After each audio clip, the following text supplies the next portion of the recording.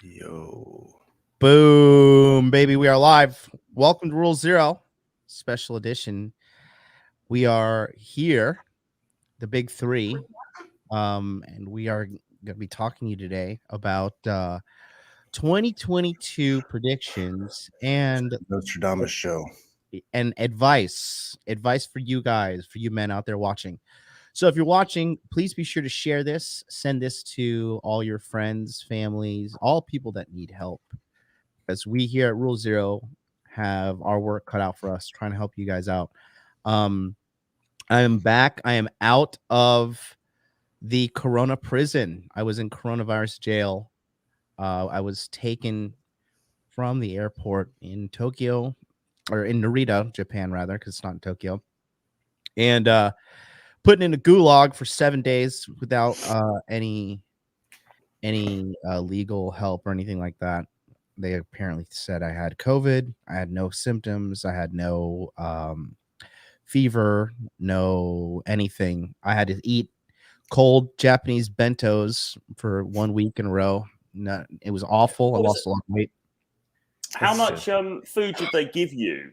Because they give you like what, 3 meals a day or something. But presumably, what if you're still hungry or something? Is there any option, or is it just you get what you get?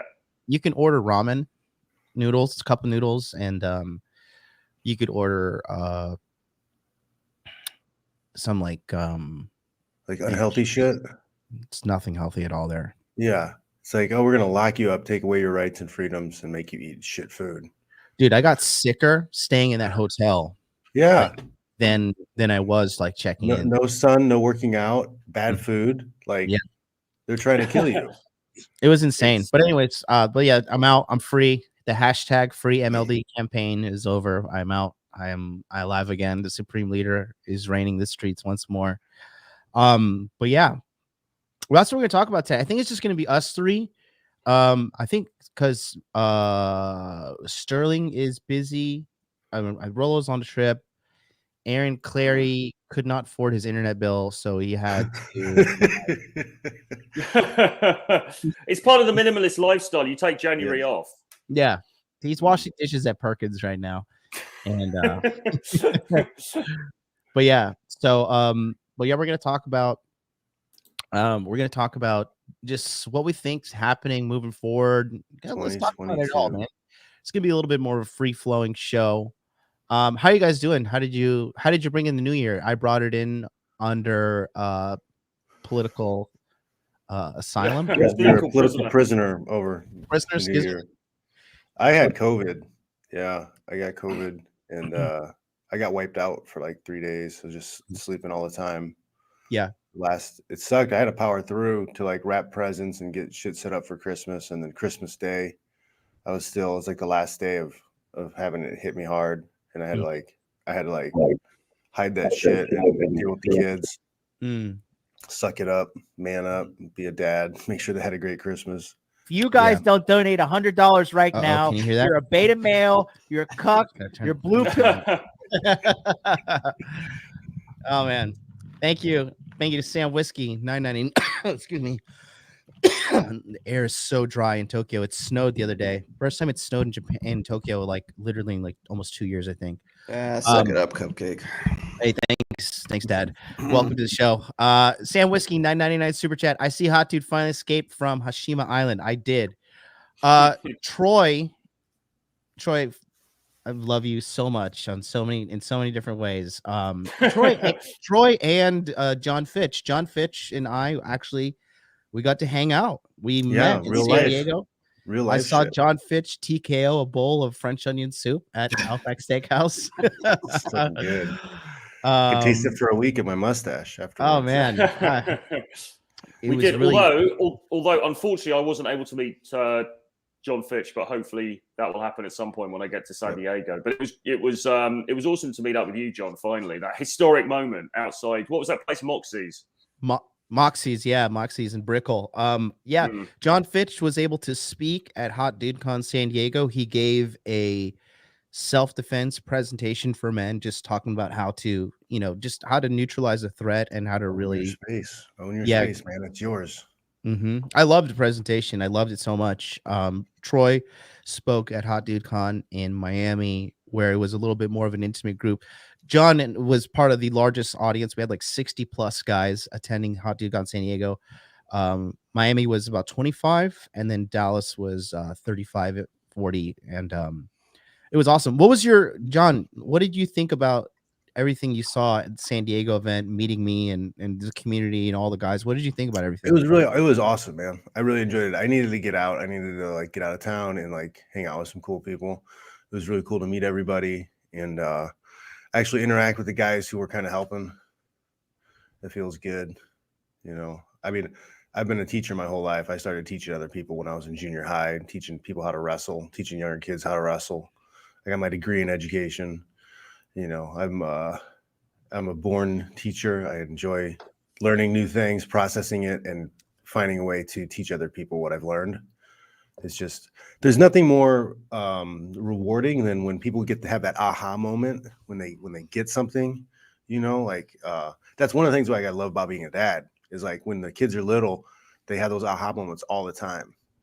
And like when their face lights up and, you know, they get it. They get the thing that you're trying to teach them. That's awesome.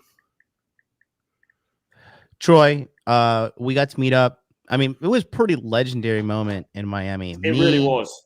Me, you, Donovan Sharp, Sterling Cooper, Joe from Proud Masculine. I mean, the dudes really at was. the event, Myron Gaines, you know, Fresh from the Fresh and Fit was also with us. I mean, what did you just take away from your first like meetup, like Rule Zero based wise?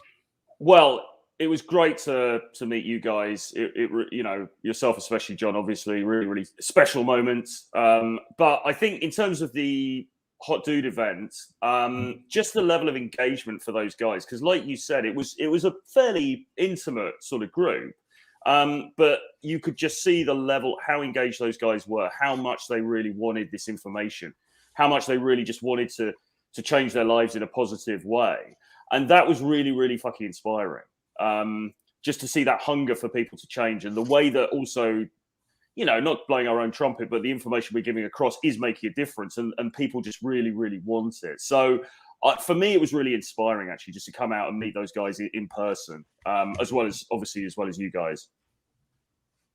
Yeah, no, it was awesome. You know, we have a lot going on in our community and we're building it. And it's like, I think the greatest thing that we do is beyond, you know, just like talking about like, oh, let's pick up some girls, let's have sex, let's be alpha. Yeah. Like, I think, you know, when we do these events and we actually meet the guys in real life, I think that's my strongest point as a coach.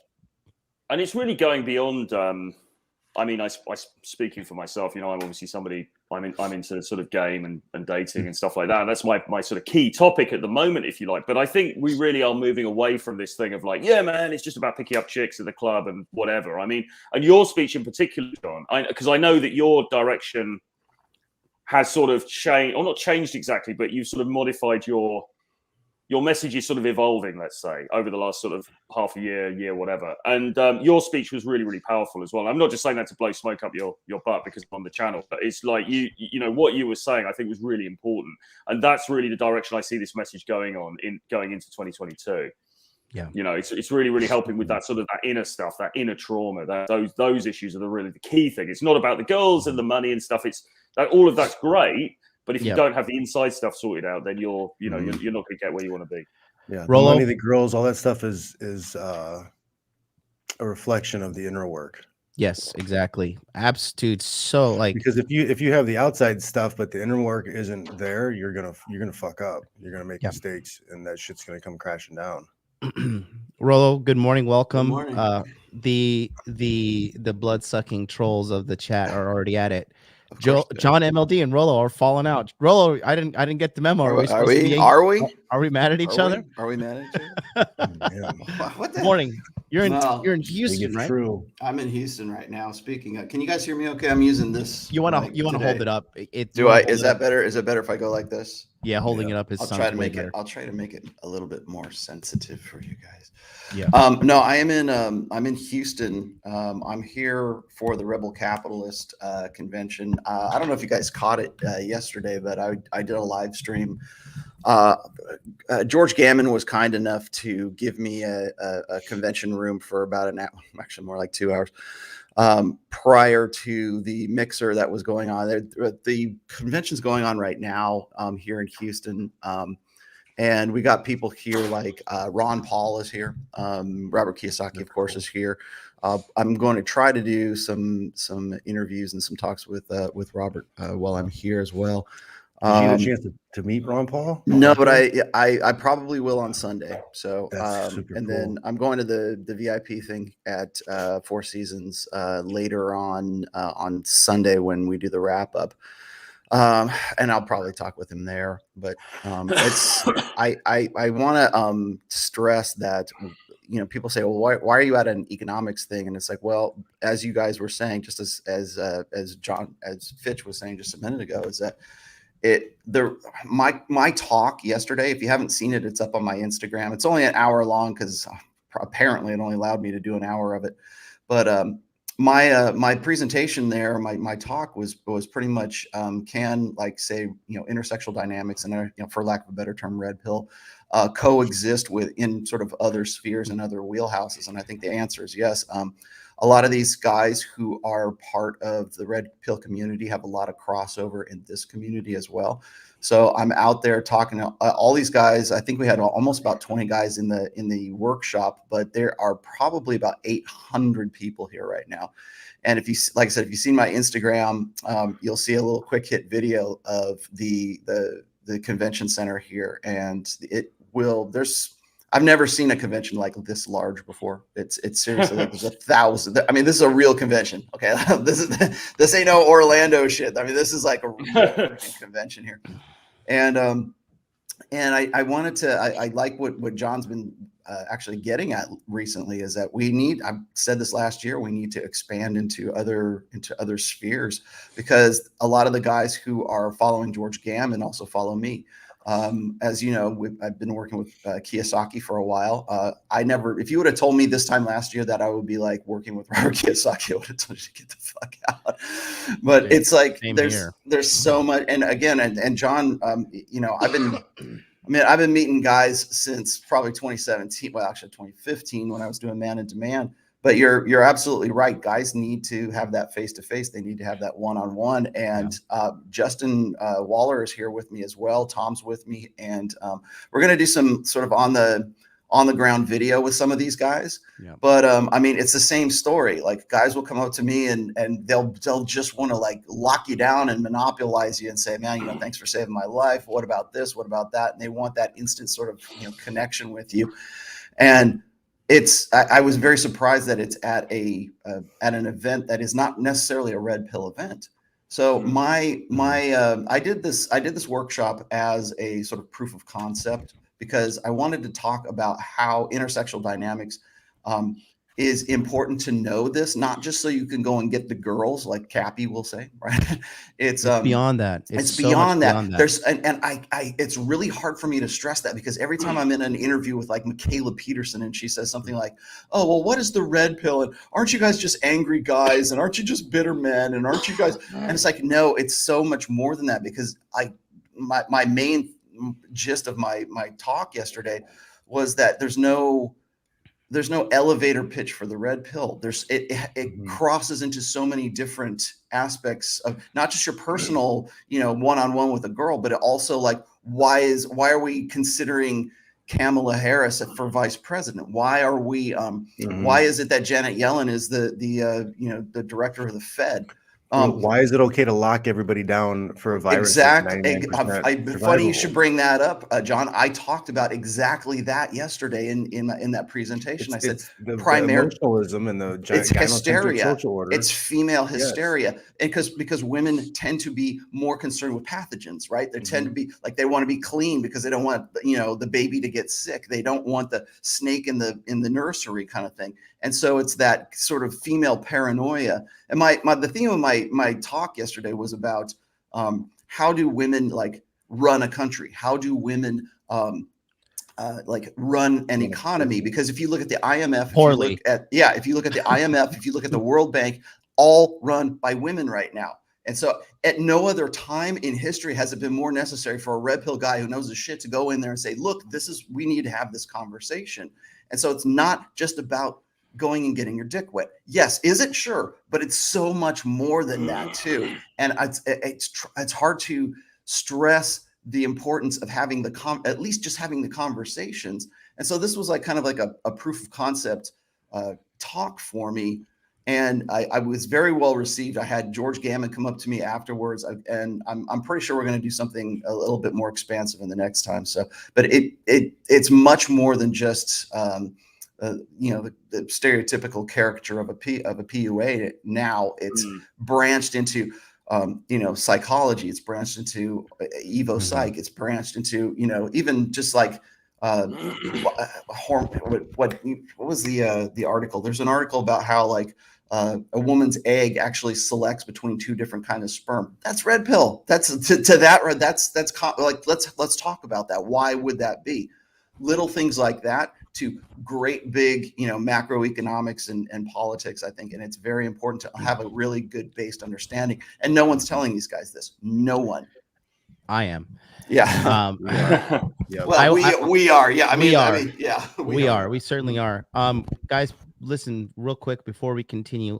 Click subscribe, like, and share the video. You guys know I'm a victim of being shadow banned on this channel, so everybody here is like as a super fan. No, I wanted to build on what Rollo was saying because I know people are saying like just like don't like he was saying like just focus on like getting rich and focus on making money and forget about women. And it's like that's the most irresponsible message to tell a man, because as soon as because look, I've been a rich guy and I've been a poor guy, right? And I got women no matter what. I mean, John, Troy saw my game in real life. Both of you saw the waitresses in both different states that I was just lightly gaming, and just easy and clear as day that I can do it. That being said, I've done it at a level where I'm just like an average guy, right? And I've done it at a level where I'm a rich guy, right? Top 1% earner. I got the awards, multi-million-dollar earner. And the thing is, the women that come to you when you are rich or successful, right? They are a higher level of psychological predator, that because everybody wants to think like, oh, all women are nice and like let's sit around in a rainbow and everything's cool. Like there are predatory women, strong and capable. I mean, John, John is you're literally a professional athlete, and you saw the type of girls that came in and ruined these dudes' lives. Like, for example, Cody Garbrandt, right? UFC bantamweight fighter. There's an old movie called The Wrecking Machine with Mark Kerr. If you guys haven't seen it, it was an old HBO movie. Watch that movie. Mark Kerr was one of the greatest MMA fighters back in the day when they still allowed headbutts and shit. Heavyweight champion. Huge hulking dude would take you down and smash your face with his head. And he was just amazing. But he had a awful girl in his life, and she led him to drugs and alcoholism and all kinds of shit, and just tore his whole career down. If you watch that movie, like there's a scene where he's training with Bass Rutten, and she's just off in the corner, like steaming mad because he's not paying her attention. Yep. Like, I mean, what was it called again, John? The Smashing Machine by Mark Kerr, Markkerr. He was. And no, that's an example. I mean, look at the NBA. Look at the endless amount of dudes in the NBA getting fleeced by these chicks. Look at Brittany Renner. She's Brittany Renner, one of Rollo's favorite women to talk about, aside from Michaela Peterson. Well, Brittany Renner is a chick that is outwardly vocal about her predatory status, but for every one Brittany Renner, there's literally like 1,000 silent predators out there. And so it's irresponsible for people to say, chase greatness, not women, or chase away, going after that. It's irresponsible. And I understand why certain people would say it, because they're not capable to coach at this level.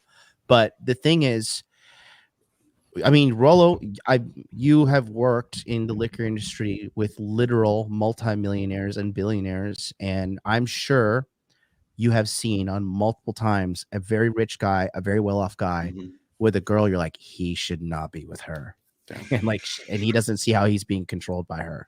Well, I mentioned in a couple of podcasts is I don't necessarily disagree with chase excellence. I don't necessarily disagree. I mean, how do you disagree with that, right? No, you don't. I think the women's side is. Oh yeah, I know, but like I said, is like you were saying, one aspect of your life. One of the greatest things, one of the best things that I think John ever sort of put together was make money, make muscles, learn game, or frame, right?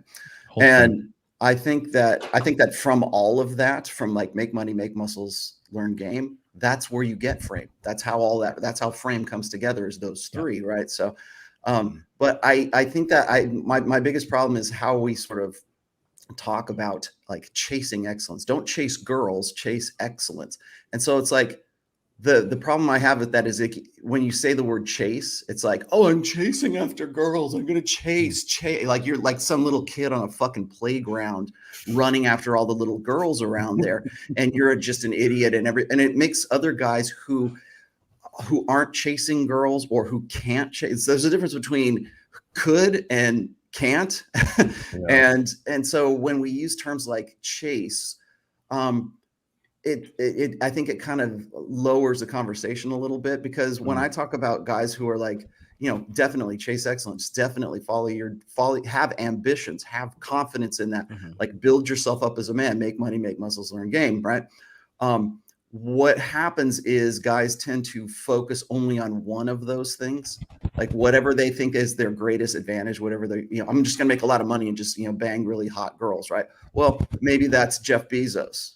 It's no insurance policy against being blue pill. You still need to learn game. You still need to be in shape, right? Even Bezos decided he was going to get in shape at some point. He's in better shape, by the way, than Leonardo DiCaprio.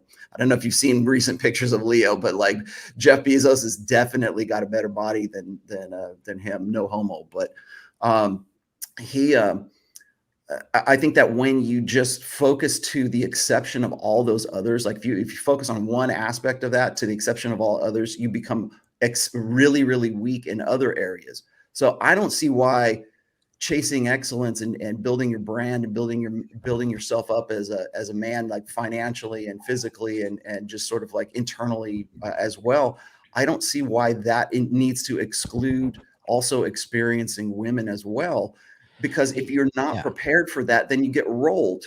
That's when you, like you were saying before, like women see guys like a Jeff Bezos guy as a mark. Look at Lauren Sanchez. It's a perfect, like glaring example right in front of your face. Here's a guy that focused on his business and focused on chasing excellence, right? And to the tune of a $33 billion divorce. And now he's got, used goods like Lauren Sanchez. And he's like, that right there is evidence of a beta mindset, a blue pill mindset. Like why would he do something like that? Well, because that's his thinking and that's what he thinks is a good idea. And it's not a good idea. You shouldn't be skipping out on any of those. You become a mark, and he's a mark. You do. And the thing is this he's a big fish is what he is. He's a big fish and women see a big fish. And then to top it off, I just want to add this, John. To top it off, like rich or poor, okay, look, men are going to want sex. No one's been able to successfully derail that campaign. And you're not, just because you're like, go after, like, because I know, like, I talked to Cappy about it too. And I told him, like, he says, like, just forget girls, like, write off girls. It's like, dude, you say that from a position. You say that from a position of already doing it. Like, you've already had it. You already got it out of your system. But for these guys, they want sex, and it's completely normal to want sex. But especially guys in the West, where I mean, I witnessed it firsthand. Like when I went on the Fresh and Fit podcast, I sat between those two black girls, and they're just like, yeah, like I wouldn't date you. I was like, so I'm a multi-million-dollar earner. I'm fucking like I can provide, I can do things, but because I'm not black and 6 foot tall, you'll just completely write me off from your dating pool. And just seeing like just the level of delusion on that panel with all the chicks, and seeing like, you know, what they're what at what level they are exhibiting these levels of psychosis and delusion. Well, I mean, the average guy. Genius. Sorry, I was just going to say the genius of Fresh and Fit. And I mean, Fresh and Fit of, you know, I mean, all people, everyone's got an opinion. Opinions are like arseholes. Everyone's got one, right? And there's a lot of opinions about Fresh and Fit that obviously go on the internet. But I mean, the genius of what they've done with that show is to show no filter, you know, the way that a lot of women are. Not every woman, you know, obviously you could argue there's a certain type of woman that tends to go on that show. But I think the genius of that show, the reason why it's so fucking popular, is because it does show in a kind of unfiltered way the way a lot of contemporary women think. And I think that people, it's entertainment, whatever, and of course it is. But I think it also serves an important purpose for that reason. Yeah. And I, like the point I'm trying to make here is I think it's very, I think it's disingenuous to say two things. Like, one, for us as leaders to just say, yeah, just write off women, which none of us have and none of us ever will. And then two, when people like Michaela Peterson ask you, so what is the red pill? Is it just like a woman haters group? And it's just like, it's so deep. For example, let me just show you guys what we're doing here. I'm just gonna pull something up on my screen. This is what I've been leading now for 2 years, and this is coming up on January 10th.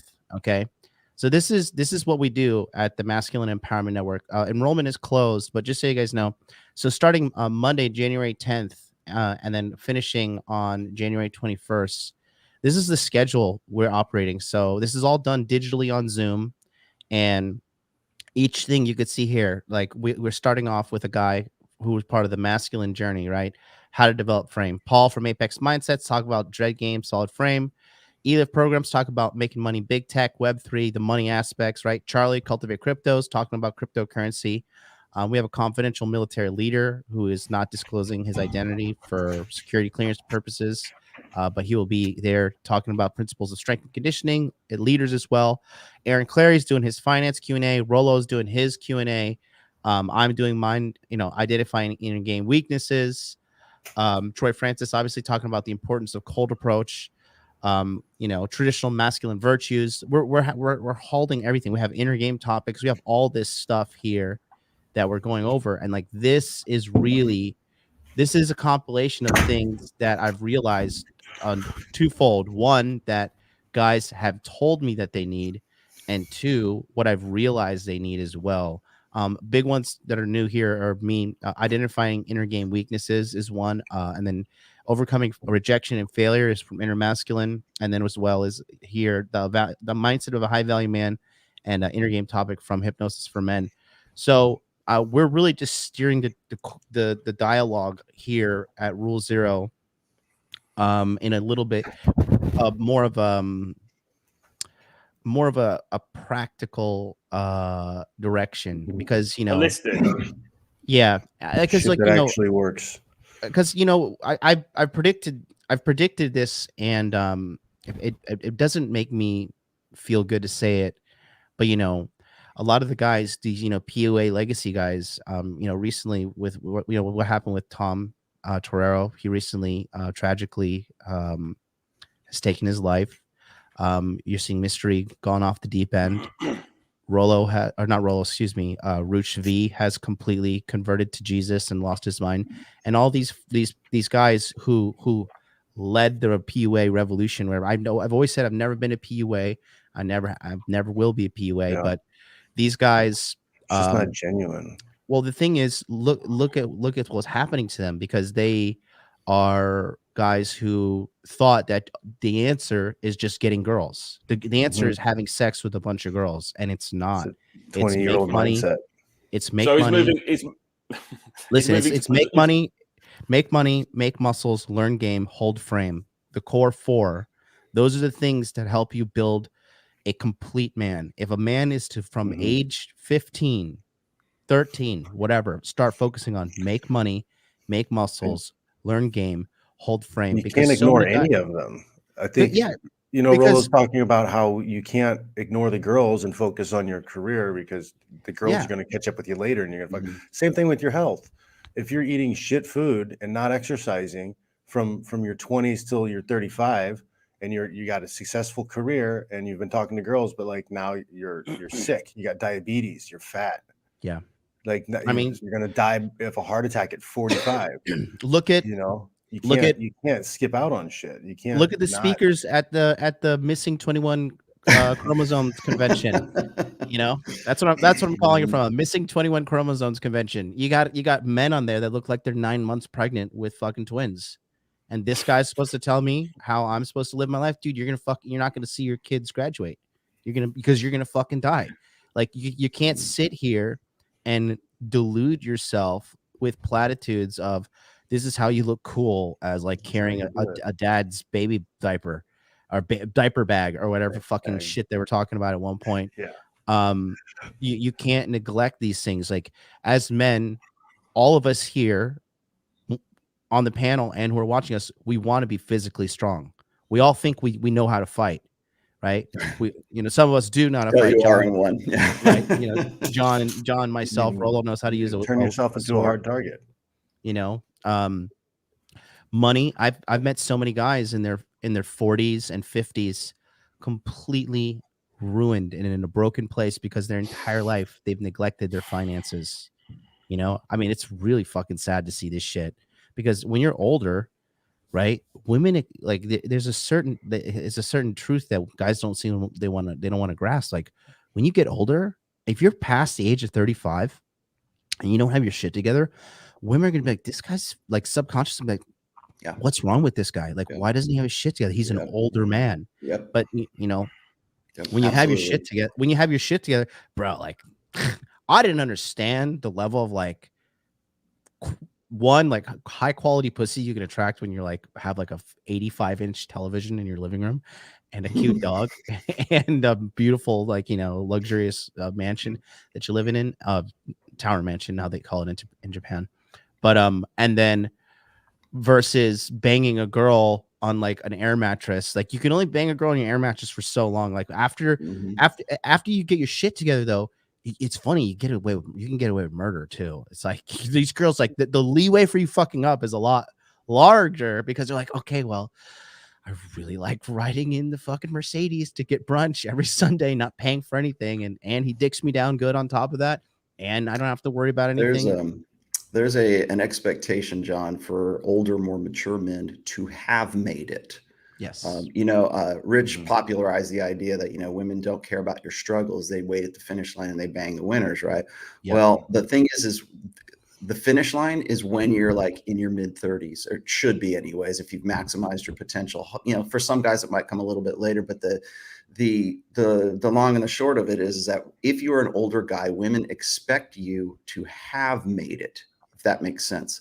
They expect you to, just by virtue of having, 5 or 7 years on them, maybe more than that, they expect you to have matured, to have developed. Men's brains, by the way, don't actually develop fully until they're 30 years old. I just came into an article and research about that. Women's brains sort of like come into maturity right around 22, which is really odd considering what I've been talking about for a very long time about sexual market value peaks. But I have written like 2 essays on this. I just want to say like that chart is eerily accurate. Yes, and it keeps getting more and more. Yeah, for you personally. I haven't read your book yet. and it's like Yeah. because I'm at 36 now. It's like, like God, and if you do the work, I still pass for mid 30s. So yeah, but you know what? But see, here's the thing: is if anybody on this panel, we're all past our mid 30s or are in our mid 30s right now. When you see a guy who is sort of struggling with life and struggling with bills and struggling with, like, he hasn't maximized his potential, there is this expectation. I think it's like congruency, really. The congruence the congruency is this, is that younger women expect older men to have their shit together, to be mature, to have those things, to have maximize their potential. And that's why when women get to, past their epiphany phase, they get so upset with like, oh, I can't find a good guy. Well, yeah, because the guys who are good at your age don't want to have anything to do with you. And second of all, the guys that are younger than you don't have the incentive or the motivation or the gumption to do anything with themselves. And so there's this expectation. I think it's on a biological evolutionary level, like an innate instinct on women. That's why women go for guys who are anywhere, statistically speaking, go for guys who are anywhere between 3 to 7 years older than they are, because they want a turnkey relationship. They want the guy who's already the winner, who's crossed the finish line, so that they can bang him and they don't care about the struggles. And I think when you're an older guy and you haven't made it, and when you haven't like maximized your potential, or you're not what women are expecting of a man at 36, at 40, somewhere around there, that is almost more pathetic than the guy who's 20 who hasn't done anything with himself, because at least he still has a few years to like straighten his ass out and like, figure out how to maximize his potential. Women, I think even other guys really see this in other guys. If you've got a guy who's just sort of been zeroed out, I wrote that article because so many guys in the demographic between like 45 and 65 right now, that's the prime demographic for men to commit suicide at 3.5 to 5 times the rate of women. But it's a specific demographic of guys. And it's usually guys who are zeroed out after losing a job, trying to make their marriages work, trying to, these are the guys who really need the red pill, or certainly needed it beforehand.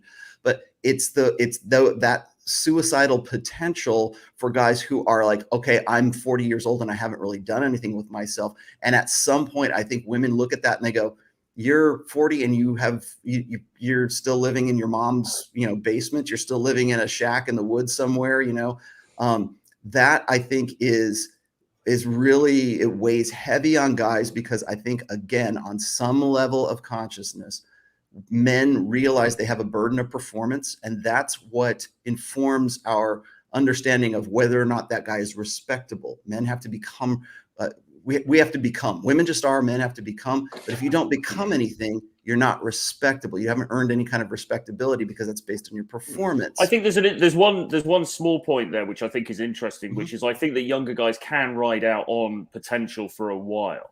I think that's why the guy who's in their 20s and so on, because because he's going places. He's a good bet for my future. I definitely got girlfriends off the back of that, because it's like, okay, you haven't made it yet, but they can see, all right, he's got the sort of like the potential, he's got the maybe exactly. So you can ride out on that for a bit. But I think you guys are right. When you hit like mid-30s, later than that, then it starts to be like, okay, so where are the receipts? And then the guy. Sorry, Troy. Sorry, go ahead.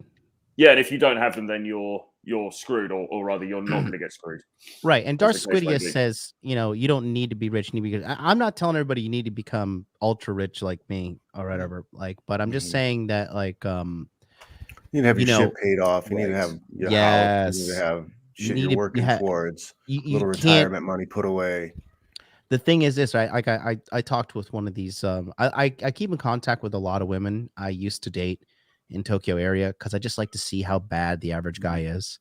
And one of these girls I used to date for a while, she went on a date with a guy who's in his 40s, and then they went out and did some like outdoor activity, like some hiking or forest walk or something. And then after, they went to like cook food and hang out at her place. And the guy's I think it's like his late 30s, early 40s. And when they got to the grocery store and they came to the register, he's like, oh yeah, make sure you give me half the money for like the food that we're and it's like, what, even if it's $50, right? 20, you got to give me $25. She told me she was just really turned off by it, and that was the reason she didn't have sex with him. And I'm telling you, like, that's an Asian girl here on the other side of the planet in Japan. Like there is a certain level of disdain a woman will hold for you if you don't have your shit together after a certain amount of time. And because it's kind of a petty thing, groceries.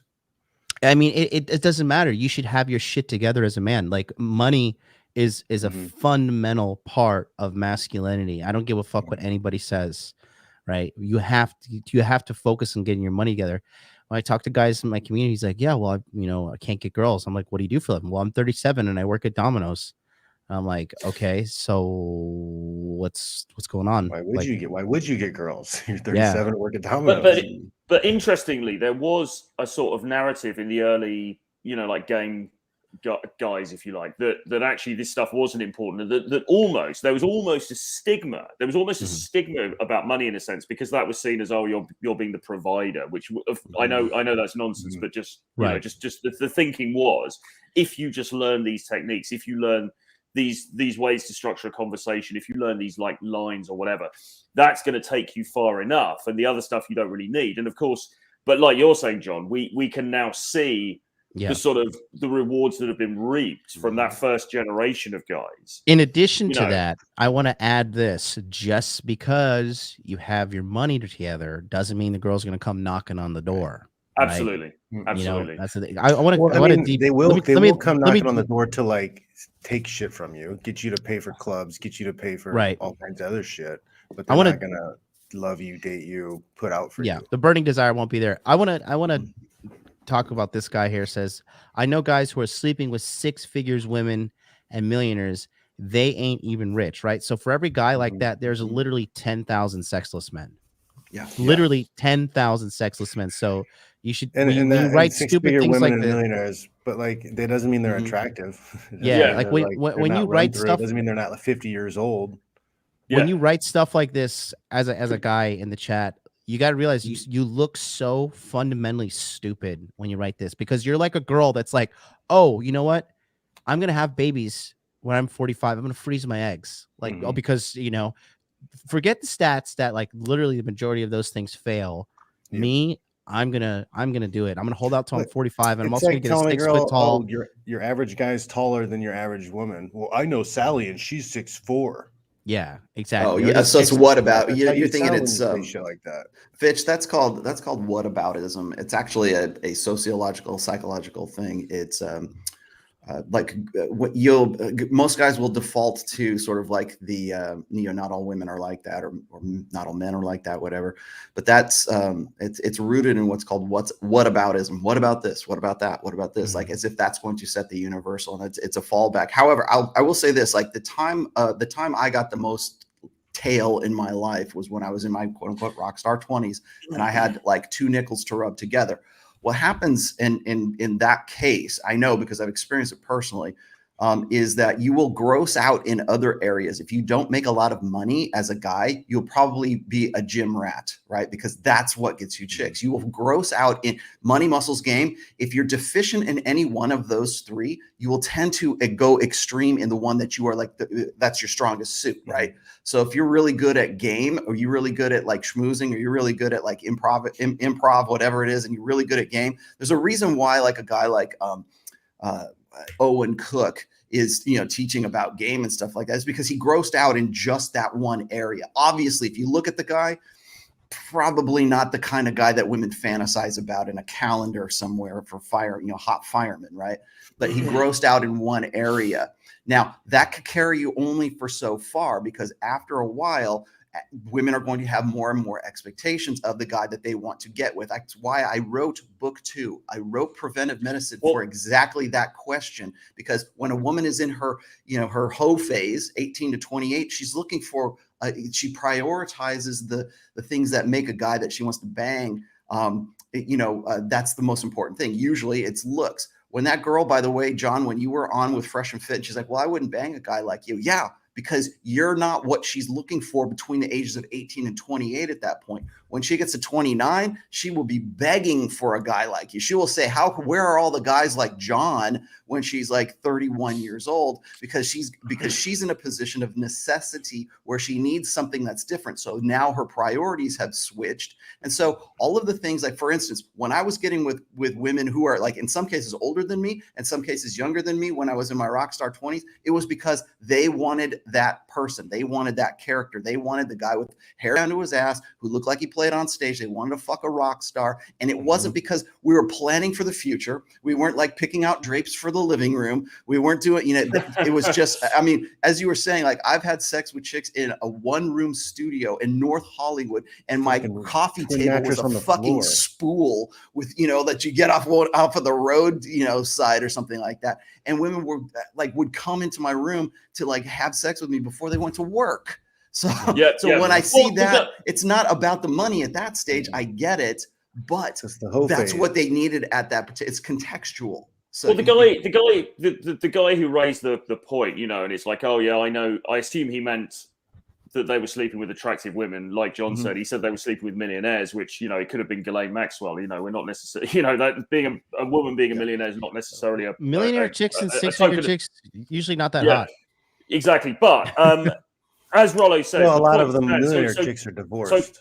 So Tom Torero used to tell me a story of when they were first doing this London day game thing. There was a bunch of these guys lived in a house together somewhere in London, and it was this kind of crazy party house where they had girls coming back the whole time and blah blah blah. And he always used to talk about a guy who was a camera guy for them. He'd go around and film them, and help out with the editing and stuff like that. And this guy was like the archetypal stoner. He was Swedish or one of those. From one of those countries, and he literally would slept on a mattress on the floor in the basement or something. It was complete grotty. Didn't change his clothes. He was a stoner. He had this kind of half job filming these guys, blah blah blah. And he apparently would literally get laid like a rock star. He would be bringing girls back every night and having an amazing time. Okay, fine, but what does that prove? Is that a sustainable strategy for your life, or is that anonymous commentator on the chat going to say, okay, right, so that guy was getting laid with hot girls. Okay, so I'm just going to do nothing. I'm gonna smoke weed every day. I'm going to sleep on a mattress, and that's enough. Yeah. Clearly, it isn't. As Rollo said, yes, that will work in certain contexts for a certain period of time. But as a strategy for life, obviously, it's horrific, and you're just going to end up with it ruining your entire life on this planet. Yeah, and that's the thing we're saying. It's not about. It's never going to work long term with a girl. Look, like I don't coach guys on just how to get girls. I coach guys on how to get your shit together, how to be a man that you can look at yourself in the mirror and be like, I am the fucking man. I'm the man on my terms too. I'm the show. I'm the fucking show. Let me read these super chats. Sam Whiskey 499 super chat says, I made more money in 2021 than I ever had made in my life. Most people are lazy and don't want to work. That's true. I want to talk about this guy here. So this guy, Sean Brixley, he doesn't get it. He says the word excellence implies achievement across all areas. No, it doesn't.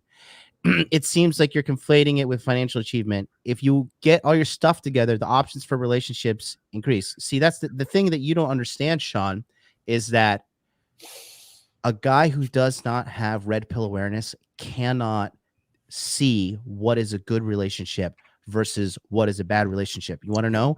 Let's just talk about 3 men that I know right off the top of my head. Elon Musk, Johnny Depp, Jeff Bezos. Those are just literally 0.000000001% of guys who don't clearly fucking get the red flags that they have in their lives, and that these girls are just not rocking the boat yet. Okay, let's. Yeah, I mean, God, Jesus Christ, Will Smith. Publicly, who knows what kind of horror show they have at home? PJ Washington. Yeah. PJ Washington definitely chased excellence in the NBA. He's definitely one of those top. He's definitely a winner across the finish line. Let me read 2 more super chats. Alex Patino, $10 super chat. Check out Medieval Attitudes to Money. That is why many noble families did not survive, because they would spend money to impress and we're not supposed to worry about money. Same as knights. Okay. And then somebody, Arash H499 super chat. That's it. He's just said some money. So I want to talk about 20 I'm just going to shout this out. Real Nature says, hey MLD, it's Ashton from your SALT course. I was on unemployment a year before SALT. I made over $130,000 this past year. Thanks, Comey. You're welcome, buddy. That's a guy who I gave him a stern talking to. Said, you need to get your shit together financially. He's a good looking guy. I said, and he's like, I can get pussy. I was like, I don't care if you can get pussy. Like, you're broke, dude, and you need to get your shit sorted. And there's one of the many receipts. Another one from Alex. If you're single, no money, no life, but wants a $60K plus job from the get-go, get a CDL to drive a truck, get rid of your apartment, Sell all your non-essential positions, go on the road, do calisthenics. Don't entirely agree with the whole sell your apartment shit, because you can't fuck girls forever in the back of your truck. But I think getting a CDL is not a bad thing to get the money rolling and getting your finances sorted out. Let's do this. We're talking about 2022 predictions, right? Rollo, you'll go last because I know you got a lot. But Not many. you know, Rollo Damas. But John, let's start with you. We're gonna do the two parts here. 2022 predictions in general for what you believe is important for men in the sphere that we're in, right? And then the second thing we'll do is just general advice. So first off, John Fitch, predictions for 2022. We'll go John Fitch, Troy, then Rollo, and then I'll come back to me, and then we'll swing around again. If you guys want us to answer your questions about predictions, you have to put a super chat in the chat. It has to be $10 or above for us to get to you, because we have way over 500 people. I can only reply to super chats because the chat is just flying by. So if you want us to give you recommendations on books, exercise, predictions, what to do in certain circumstances, now is the time. Put your super chat in there so I can get highlighted and put it on the screen, and we'll answer it. John Fitch, you're up, buddy. Go ahead. Predictions, Man, 2022. 2022. I know you want to talk about the Rona.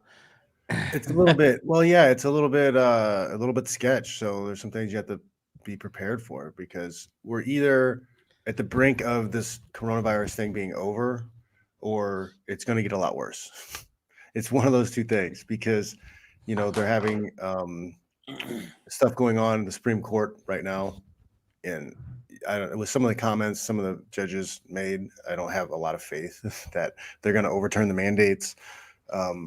So I don't know, man. Things could get a lot worse. One of the ladies was like, Sotomayor or whatever, Sotomayor.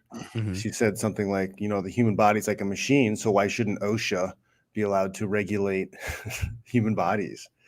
And that's scary as fuck. That's really scary. If we've lost our judicial system to this nonsense of emotionalism and the gynocentric social order, we're in trouble. And we may have to focus a lot on survival and escaping and getting to places that are going to treat us better, and we're going to be left alone by the government and the nonsense. It sounds, you know, like cabin in the woods type of garbage, but like, I don't know. It's scary. I'm stuck here in California, and they just said yesterday that they're considering raising the 13% state income tax to 18%. They're talking about doing, you know, California running our healthcare. Like, California can't do shit right. I don't want them messing with my healthcare, my children's healthcare. So and I don't want to get taxed out the ass to pay for some lazy person who is fat and unhealthy and eats terrible food all the time. I don't want to have to pay for that too. But yeah, I think Money Muscles Game is going to really make a huge difference in your life moving forward. If you don't have a way of making money, especially if it's not independent of some company who's going to bow down to government mandates, you know, you're going to need outside income somehow. You're going to need to be healthy, because if your health goes and the government's the one running your health care, like, you're kind of effed. You know, if you're in the wrong relationships, if you got the wrong girls around you, like, you're going to end up carrying baggage and dealing with stuff you don't want to or don't need to. I think it's important that you get on this stuff and don't be lazy and wait around for something to happen. Make sure that you're in shape. Make sure you know how to fight. Make sure you have a firearm around the house to protect yourself, just in case. Make sure that you have money put away. Get into crypto. Get into, you know, have some cash put aside. It's so much uncertainty right now with what's coming. And if you don't have everything, if you're not working on everything, like, it could get really bad for you. I mean, I think it will if you're not working. I think it's just only a matter of time before time erodes away at you as a man. Like, guys don't seem to get it, that you are, like, you need to get your shit together, because life is cruel and life is cold and life is emotionless. Like I said, I know guys that are in their like late 40s who are financially crippled, and they can't get any dating options. It takes toll on their psychological health.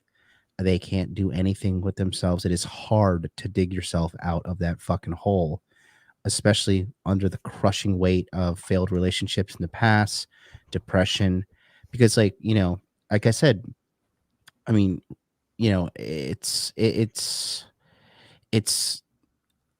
clear as day to guys like us on the panel that like you have to be a financial leader if you want to be in a relationship. You have to be a provider. We're not telling you like simp out or whatever, but your woman is going to want to look at you as a leader and protector. And if you don't have your shit together financially, they're not going to respect you. And if they can't respect you, they're not going to love you. If you don't have your frame together and you have your money sorted and you have a woman in your life, like she's going to manipulate you and make you waste a lot of money. I've been through it, you know, spending $20,000 a year on freaking daycare. Like that's something that's going to happen to you if you don't have your shit together. If I would have put my foot down, I could have had an extra 60 grand to put into crypto. I'd have helicopter money right now. Yeah. But I lost my frame and I let somebody else, I let a female take over finances. Yeah, no, that's the worst thing you can do. Troy Francis, predictions, 2022 predictions. Then we're going to spin around into advice, but take the full screen, big guy. I think the difficulty with predictions is that 2021 and 2020 has showed us that the world has become an absurd place and anything is possible, because who would have thought in whenever it was 2019 that the entire planet would be shut down for an extended period of time. I was talking to somebody yesterday and I was saying, I remember the day before the lockdown started in the UK, I was sitting in a pub with my girlfriend at the time, and we were looking around, the people were having drinks, and I was saying to her, look, from tomorrow, this place is going to be closed. And the owners of this place must be saying, so when are you guys going to open again? And they're going to say, well, I don't know. Nobody knows. You know, when would we ever have thought that was possible before? The world has become a place that is entirely unpredictable and in many ways absurd. Okay. We have in the UK, we have the pop band from the 90s, Right Said Fred, who were this absurd joke pop band who did the song I'm Too Sexy, commenting about coronavirus restrictions and vaccines. We have Dolly Parton, you know, investing $1 million into Moderna. We've become this sort of weird postmodern pop cultural kind of like there's a hyper reality that surrounds us now, you know, and the result of that, I mean, and the very worst excess of this, I saw in a headline last night, which says that this girl who was previously selling her farts in a jar and now can't do that because of some medical reasons, is now selling her farts in a jar as NFTs instead. And this is a serious headline. You know, the world has become this absurd, unpredictable place. Okay. And so in terms of predictions for next year, who really knows what's going to happen? I mean, I concur with John, really, in terms of the COVID stuff. I think it's either going to get worse or better. I'm fairly optimistic on that, actually. I am hopeful because of what's happened in the UK and what we're seeing with the current strain. I am hopeful that this thing is in recession now. What has happened in the UK? I don't know. Well, so what's happened in the UK is, you know, everyone went crazy about Omicron for a period of time. And now what they're saying in the UK is actually... It's actually milder. It's not as bad as they thought. So therefore, they're not putting any further restrictions in at the moment. Now, I understand in Australia they are, but hopefully what we're seeing is kind of and again, you know, I'm being optimistic here, the tail end of this thing. Like, it is going to get milder and they are going to start to pull back on some of this stuff. But the overall picture is that all bets are off now in terms of having an idea of, okay, so... You know, I know what's going to happen in 3 months' time. I know what's going to happen in 6 months' time. Yeah. So and we'll get into advice, I think, in the next bit, won't we? But the only advice that you can really have is to be your own mental point of origin, protect your interests, be financially independent, become as location independent as you can be. And quite frankly, don't get too attached to anything. you know, I think there's a certain degree of coldness, a certain degree of self-sufficiency and resilience is necessary as a man, particularly in this current environment, because given that we don't know really where the next blow is coming from, you've got to have that degree of independence. You've got to be prepared to stand on your own 2 feet, whether that be spiritually, emotionally, or financially. And I mentioned spiritually, and again, maybe we'll go into this more in a minute, but I do think that you need to have your inner game together, because it's that inner foundation that's going to help you to survive whatever life throws at us next. Yep. Let me handle the super chat real quick. $20 super chat says, "Hey guys, I was with a girl last week. Now I have herpes. She said she was clean. I wore protection. Thoughts on STDs? I feel like my life is over. I'm super depressed about it." So first of all, your life is not over. Second of all, it probably wasn't that girl, because it doesn't. The onset of herpes. You can have it for a long time before you have a breakout. Yeah, I don't think it was that girl. Like years. You could have it for a couple of years before you have a breakout. Here's the deal. There are ways to live with this. Your life is certainly not over. You can just, there are medication you could take to keep it suppressed at all time. So the only time you have breakouts is like when your immune system is compromised, when you don't sleep enough, if you go out drinking and partying a couple nights in a row. Stress, right? So your life is not over. That's really, it's really upsetting to hear. It is what it is. 1 in 5 people have it. 1 in 5 people have it, and it's just it also diminishes over time. Yeah, your body does get better at suppressing it as time goes on. The first breakout's supposed to be the worst, and then it's supposed to diminish over time. So like in 10 years, you'll probably never have another breakout again. Yeah. So your life is not over, buddy. I've gotten STDs before. I've gotten like chlamydia and shit, and like, shit happens. When I was wrestling in college, one of the seniors had a locker on the other side of the locker thing, and like he got crabs, and he gave like 6 of us crabs because they crawled into the other lockers and shit. Oh, that sucks. This is fucking awful.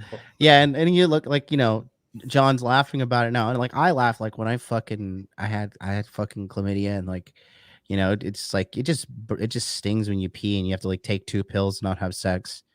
And like, there's this chick I was dating at the time, and I think like I may have given it to her, and she like was like, I don't want to take the medicine, so I had to like break it up and like put it in her orange juice and be like, give her orange juice for breakfast, and just like, idiot, don't go out there and spread this shit to anybody else. So it's like you'll look back and you'll laugh on it at one day, but your life is certainly not over. So don't beat yourself up. You're human. Got a lot of you guys like, dude, like I had a stomach cancer scare like in fucking November, and I thought like, everybody thinks they're invincible, everybody thinks they're impervious until some shit happens to you. It's gonna happen. Life's gonna happen to you, right? And it is what it is, and you're all gonna fucking die. And the things we tell you: make money, make muscles, learn game, hold frame, dude. These things are things that are gonna help protect the quality of your life and help. If Michaela Peterson can live a successful, productive life with herpes, you can too. Who gave her herpes? I don't know. That's the rumor, anyways. Like that, she was showing like this list of meds that she was on, and then she got on the carnivore diet, and she says, "Look, I don't need to take these meds anymore." And one of them was like a herpes medicine on there. And so everybody, that was the rumor, anyways. Allegedly, she does. Yeah, well, there you go. Prediction 2022. There's your prediction. Rollo, prediction 2022. I predict that Kamala Harris will be president by August 1st of this year. Really? I'll take you up on that bet. You want to bet? You want to get? Shall we do another bet? Well, she'll be the official talking head. She's not going to run anything. I'll bet you $500, Rollo. That's not going to happen. It ain't going to be 500. Not this time. I'm not that confident. I lost 3. By the way, tell everybody in the audience right now, did I pay you? Did I make good on my bet? You know, there was never a part of me that ever thought you would. Did I pull a Pat Stedman? No. You paid up. You paid up. King Dre paid up on a big bet. He lost this last week to me. Everybody's paying me. Yeah. So as far as predictions go, I know a lot of people like want me to go get my magic 8 ball and give them, advice with that. But I would say there's a few things. I think as far as I'll give you predictions, and I'll give you like where I don't like doing resolutions. You know how people do New Year's resolutions. I do New Year's goals. Like I'll make a list of here's what I want to achieve by the end of the year. That's usually what I do around this time. But it's not like, oh, I resolve to get in shape, right? No, I don't do resolutions. But I would say this is that I think prediction wise, I think the economy is going to certainly get worse, at least here in the United States. I'm speaking from an American perspective, so sue me real quick. I think that right now we are in an experiment that we don't know where it's going at this stage. I think COVID will get to the point where it is so ridiculous no one can keep up with it. We got a new variant every 6 months, and we've got 4 booster shots for every one of those variants. And I think it will get to the point where it will get so ridiculous that people won't know that they need the 4th booster for the Delta variant or the Epsilon variant or whatever they decide that they're going to throw at us next. And I think finally that marketing and that hysteria will at least come into, I think, a clearer perspective for people. I mentioned this on my convention talk, my workshop talk yesterday, is that I think a lot of this hysteria is driven by women. I think it's driven by the idea that if you go and you look at the women who are freaking out on TikTok, or the people who are like the Karens who are freaking out in Starbucks because somebody's not wearing a mask or something like that. Oh, did you guys see that video of that chick who was like smacking that 78-year-old guy on the airline recently? I think it was about a week ago. Yeah. And I saw that and I'm like, that's where we're at right now. And it's to the point where that hubris that we talk about in the red pill when it comes to women, that idea that women have this sort of false sense of security to the point where they can go and slap the bouncer at the club and not have to worry about, being pushed out the door, or there's going to be 10 guys who are going to come to her defense. And then yet you see like on a New York subway, some guy like basically, puts a right cross onto some chick in the subway. And nobody does jack shit, right? I think that's going to get to a point where I think we're the reason why we're in a COVID mass hysteria right now is because we have feminized Western societies for so long that it seems like that's the right thing to do, and that's what we pander to that and we play along with that. But I think there's going to be a breaking point where it gets so ridiculous that we're going to have to just basically say, shut the fuck up, bitch. As societally, that's what we're going to have to say. Like I was saying before, if you go and you look at how the world economy is run right now and how governments are run, if you go and you look at what's going on in, say, like New Zealand, and that bucktooth prime minister chick who I can't remember her name. I mean, if you look at that kind of stuff and you look at the hysteria, you could point out, like, say, a guy like Macron from France, very feminized guy. You look at Trudeau in Canada, very feminized, going along with this. We need to be safe. We need to be secure. We don't want to take risks. And essentially what's happening, I think, is you see like really well-moneyed oligarchs playing into that because women control the show at this point when it comes to government decisions, when it comes to government spending. I mentioned this yesterday as well. In the Biden spending package, the $2.3 trillion spending package, I think it was 2.3. 400 billion of that was allotted for women's issues, for childcare, for senior care. And I'm not saying those are bad things, but it's like that's the priority for a spending bill. While their money machine goes brr. Okay, what do we put that money towards?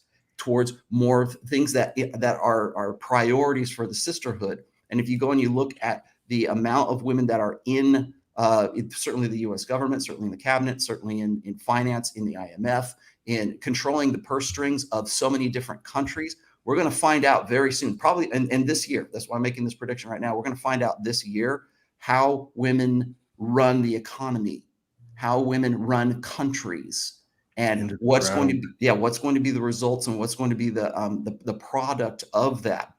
Because the sales pitch, the advertising, the media, thinks that this is a great thing, right? Oh, well, finally we have a more kinder, gentler economy. We're more empathetic. We're more concerned with the people and one for you and one for you and one for you and one for you kind of thing. It's no longer this, male hierarchy, we've crushed the patriarchy or whatever else. Well, we're going to find out what the result of putting women into the workforce is. We're going to find out what's putting them into colleges in record number and student debt. There's another thing. You're going to, one of the reasons why Biden was selling himself in 2020 on absolving student debt was because he knew that would play well to women who hold 2/3 of student debt. So when that money comes due, where are women going to want to be more risk taking, or are they going to be more risk averse? Meaning, are they going to be more looking for security? And I would argue that the way that they're going to sort of allot money and sort of govern the economy is going to be much more about security, which is why we have this question. Like people, I forget who the quote was from. It might have been like Thomas Jefferson or Benjamin Franklin, I think, where he says, if you're willing to, people who would sacrifice freedom for security or liberty for security deserve neither. That doesn't play well to today's female demographic. They want to have that. They want to have that security that comes along with that, and they're willing to give up that freedom. That's how you get a guy like Arnold Schwarzenegger saying, fuck your freedom, right? We have to all give up our freedoms so that we can be more secure. That right there tells me that when you put women into positions of power, that's where they go. They will trade liberty for freedom. And then what happens after that is you get tyranny after that. So we're going to see what happens. I think economically speaking, that's certainly what's going to happen. Sorry, I'm on an economic trip here because I'm at the rebel capitalist. Now, what Troy was saying a minute ago is, and it's going to get worse as far as like the global pop culture society. Have any of you guys seen the movie Don't Look Up yet? Dude, I just watched it today. It's so fucking bad and crazy. Think that times 10, Troy. That's where I think we're headed right now, because it's all about engagement. It's all about likes. It's all about vanity metrics, right? It's all about the meteor hitting the world. Like when people ask me, and you've heard me say this all the time, it's like when people say, well, how do we change course, Rollo? How do we swing the pendulum back to the good old days in the 1950s and go back to this golden era and jump in the time machine and go back there? And I always say, there is no pendulum. You can only go forward. And then they say, well, how do we fix it? And I said, well, we either get our shit together or the meteor hits the world. And when I'm watching this movie, I'm going, the meteors, literally, this is exactly the scenario of what I'm talking about. In this case, it's going to wipe out the entire planet. But meanwhile, while it's ready to wipe out the entire planet, everybody is so focused on their own little, pop culture world that it doesn't matter that's the end of the world as they know it, right? I think that was a really, it struck me as odd because, you got Leonardo DiCaprio and you got this all-star cast that are in there who are basically the Hollywood elites. And they're on board with this movie that pretty much is a self-own of Hollywood. And it was a brilliant movie. If you haven't seen it, it's called Don't Look Up. I think it's on Netflix. But that I think is where you're going to see more of that amplify in the future. As far as what I want to do personally, like where I want to go, my goals that I'm setting right now, I'm doing one of them right now, which is expanding into other areas, expanding into different spheres, because I think the red pill is applicable not just in the game sphere. Like, how do I get laid? How do I do a yad stop? Right? How do I chat up a girl in a club? I'm not saying that that's not important. Hell, I'm almost done with the book on game, right? But I think that talking about things from an intersectional dynamics perspective, one thing that Michaela Peterson's interview with me sort of brought to light for me was that there's so many different aspects of the red pill that we need to, if we're going to be the teachers, if we're going to be the thought leaders in intersectional dynamics, we need to be the ones who are going into other fields. We need to expand our borders. And so one of those, of course, is the make money side of things. And I think you can, like, as we were just saying in the beginning of this show, is you have to know intersexual dynamics. You have to know women's nature and men's nature, so you could, at the very least, protect yourself. If you want to profit by it, great. But you need to know it at the very least, so that if you're chasing excellence, that you're not making yourself a good mark for a predatory woman later on. How do you do that? Well, you're not going to get that from Robert Kiyosaki. You're not going to get that from Ron Paul. You're not going to get that from any of the guys here who want to talk about how to, leverage real estate. But you got all this money, and now a woman steps into your life and she ruins your life because you were ignorant of women's nature. So I think that there's definitely a need for it there. Certainly, I would say in fitness as well. There's other areas that we can sort of expand into. And right now, I'm kind of, I don't say locking horns, but I'm having a back and forth with some people who want to talk about, like, say, Dr. David Buss, or was it Rob Henderson, Dr. Robert Henderson, Jeffrey Miller. These guys, these are the academics who have that information, have the data sets that I use all the time. They're just unwilling to connect the dots that I do. Guys like us need to hold them accountable just as much as we need to hold women accountable on Fresh and Fit. You say, look, does this, here's the dots that I'm connecting. Why is it that we're not having this conversation? I think it's up to us as teachers in this red pill sphere to force that conversation, to force that discourse between the two, so we can get to the truth of things, so guys can be better educated and have the tools to protect themselves. So that's kind of where I want to go in the future. I don't know how that looks at this point, but I'm working with people like Justin Waller. I'm working with George Gammon, and I'm expanding into other areas at this point too. So I'm not giving up game. I'm not giving up, PUA, if you want, whatever it is, but I want to grow into other areas at this point. And I think that's going to be my priority going forward in 2022.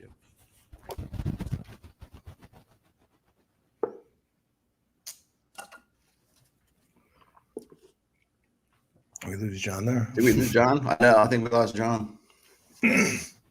Let me continue. I will continue. I think we lost. Where did John go? I'm looking in the private chat here. Oh, he's coming back. Hang on. Now he's back. Did I get kicked out? I'm kicked out. There he is. Oh, Yeah. oh, put yourself back in. Yeah. So we've. I got my mobile rig here today too. By the way, John, your camera looks fantastic today. Yeah, it's nice. I just have to make sure the audio doesn't kick off. The cord is a little crappy. My mic isn't that good, Mm-hmm. but it's doing good for now. But I Troy, I love that observation, by the way, about things getting crazier. Troy. Mhm. Yes. I It does feel like that. It does feel like that, doesn't it? It feels like there's this weird sort of conflation between pop culture and the political, and it's just this big mashup, and nothing feels very real at the moment, does it? I don't think that's an accident. Rogan had that guy, the guest on the other week or whatever. He's talking about the mass psychosis. Yeah. And when everybody's stressed at this high level, it becomes very easy to manipulate them and steer them where you want them to go. Mm-hmm. So I think you're right. I think the government's been losing power since 9/11, I think. Mm-hmm. Because I think we had the internet and people woke up and people have been sharing information, and it's just been a battle of them trying to suppress people from talking and sharing info. Men's groups have been infiltrated by women. We can't have a men's space where you can get together and talk about what needs to be done. There's the attack on language, where they change the definitions of words. Mm-hmm. So words don't even mean the same thing anymore. Now, attack on science, where, oh no, there's no genders. Everything's just blank Social slate. constructionism. Yep. Right? I was we have to ignore biology. We have to ignore science. Like, words don't mean anything anymore. I make don't that think it's an accident. I made that observation when I was talking about an ongoing war between like sort of rationalism versus emotionalism right now. Mm-hmm. I get run up the flagpole by guys like Chris Williamson or Michaela Peterson or whoever else who are having these emotional arguments And then when you bring to the table like rational empirical data to that, it doesn't taste good. It doesn't feel good. And I think that that's indicative of a larger, I don't say conflict, I guess, or some larger like battle like between like say emotionalism and rationalism right now, to the point where we're going to say, oh, well, 2 + 2 = 5 if you feel like it, you know, if it feels like it to you. Math is racist now. Exactly. Math is racist. Yeah, because it doesn't feel good. And it's almost like a testing to see how far they can go with it. Like, okay, 2 + 2 = 5. What are you going to do? Right? We're going to tear down your national monuments in the United States. What are you going to do? It's to get an emotional rise out of it. There's no reason for it. It's an emotional appeal is what it ends up being. Them not enforcing laws anymore. You know, as long as you if you rob a store in California now, as long as it's under $900, like it's a like misdemeanor. They're not. Yeah, and they know that now because we have the internet and it's disseminated so broadly that people just get bold about it and they don't do anything about it. And then, so what's going to be the response to that? You're going to see retailers go, okay, well, fine. We're just going to close our doors in these areas right here in these big metropolises. And we're going to go and close all our brick and mortar and go all digital. Well, we had to because they rob us blind. And maybe that's part of the plan. Who knows? But I think that well, if they have to go digital, that prevents people from going in the store without being tracked and paying for something in cash. Right. Now they have to order through online. It has to be delivered. They know where it's going. They know and then they'll rob the delivery trucks. Where the money came from. They can track everything at that point. Yeah. Well, and so when you look at the direction as far as like the decisions that are being made right now, it's based on emotion. Like I was saying before, when you put women into positions of power, into positions of political power or economic power, the way they allocate funds, the way they allocate resources, the way that they exercise that power is in like providing what they think will provide the most security, because women are primarily focused on security for most of their lives, to the point where they're very risk averse, whereas men are more risk tolerant. And just going down to those red pill basics that I've been talking about for 20 years now, you go and you look at that on a political scale or on a social scale or on an economic scale, and you can see how women allocate funds differently than men. Men, you know, it's hierarchical. It's like capitalism was really designed. That's a male way of doing business. For women, it's let's get everybody together and discuss what we want to do. Right. We got a soccer team. Everybody, I think was it the Australian soccer team? I can't remember which one, but the female soccer team where there is no leader. It's like they pass the leadership hat to every girl in the club. Like that's a female way of running a sports team. Everybody feels good. That's all that matters. So yeah, so I think it comes down to like this idea of feels before reals, and that also comes back to what Troy was saying about like this cultural thing where everybody's, you know, like women are selling farts in a jar, right? Or that's what makes I know it's ridiculous. We laugh at it, but that it makes the headlines because we want that. It's like it gets an emotional response from the people reading it. It's escalation of indignation is what it is. And because that's what plays. So it's not enough for like Myron to Frank Castle some girl off the show. Now she's got to bring a gun to the show, right? Now it's got to be something else so that we can get that rise, that emotional high of, oh my God, what's going to happen next? It's like this reality TV show that we're all a part of. Like the whole world that's online is a part of the reality TV show. Like Don't Look Up, right? Of this whole world conversation and this globalism. And what I think is funny is it brings out men and women's nature when we see that. Like a guy sees, oh, selling farts in a jar. God, I can't believe we've finally come to this, you know, this low of degeneracy kind of thing. But you know what? They can't get away from it. They're not going to go, you know, and say like, I'm going to try to do something better. They're going to sit there and they're going to participate in it because they're just as feminized as the women who find it funny as well. And so I think really on a global scale right now, that's where we're at. And that's what we are as people, as like human beings. We get off on farts in a jar. We get off on Belle Delphine selling bathwater. We get off on, you know, I have so many guys hitting me up in my DMs, in my Instagram about stories, like the same story over and over again. But it's usually like, can you believe this? This chick left this guy for a dog. you know, or she But married a chandelier, you know. But is it the old? Care. Is it just as simple as the old bread and circuses thing though, where but on a worldwide scale now, this increasingly absurd stuff that's going on, like in the culture, and arguably, you know, and I'm not one to go down any conspiratorial rabbit holes, but it is somewhat of a distraction from the more serious stuff that's going on politically, isn't it? You know, and like I'm sitting here in Mexico at the moment. I'm in this kind of holiday resort in Mexico, and you go and everywhere.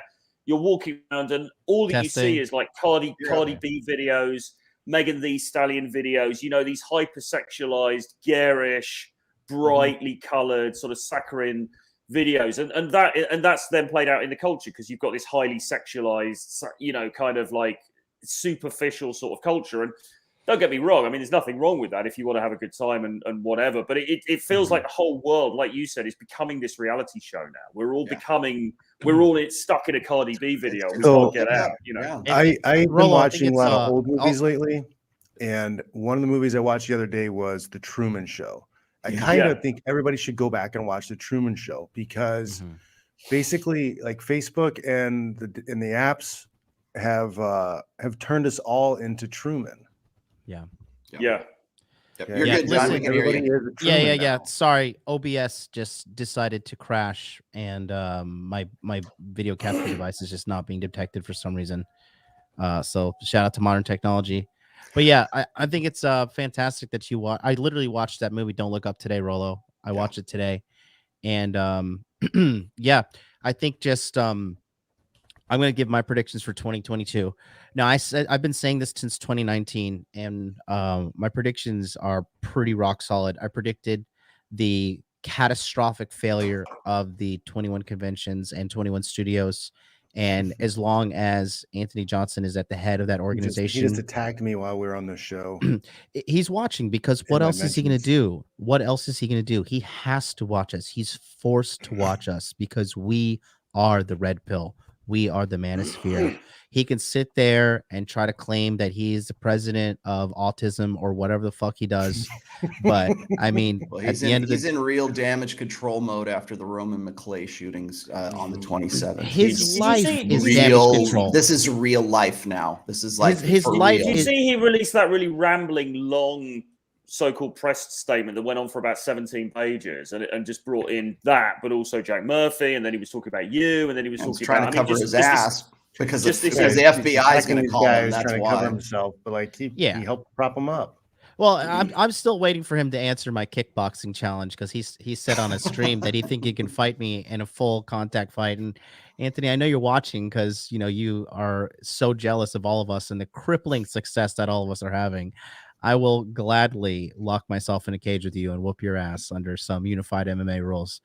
But that being said, I predicted the failure of the 21 convention studios, and it has come true.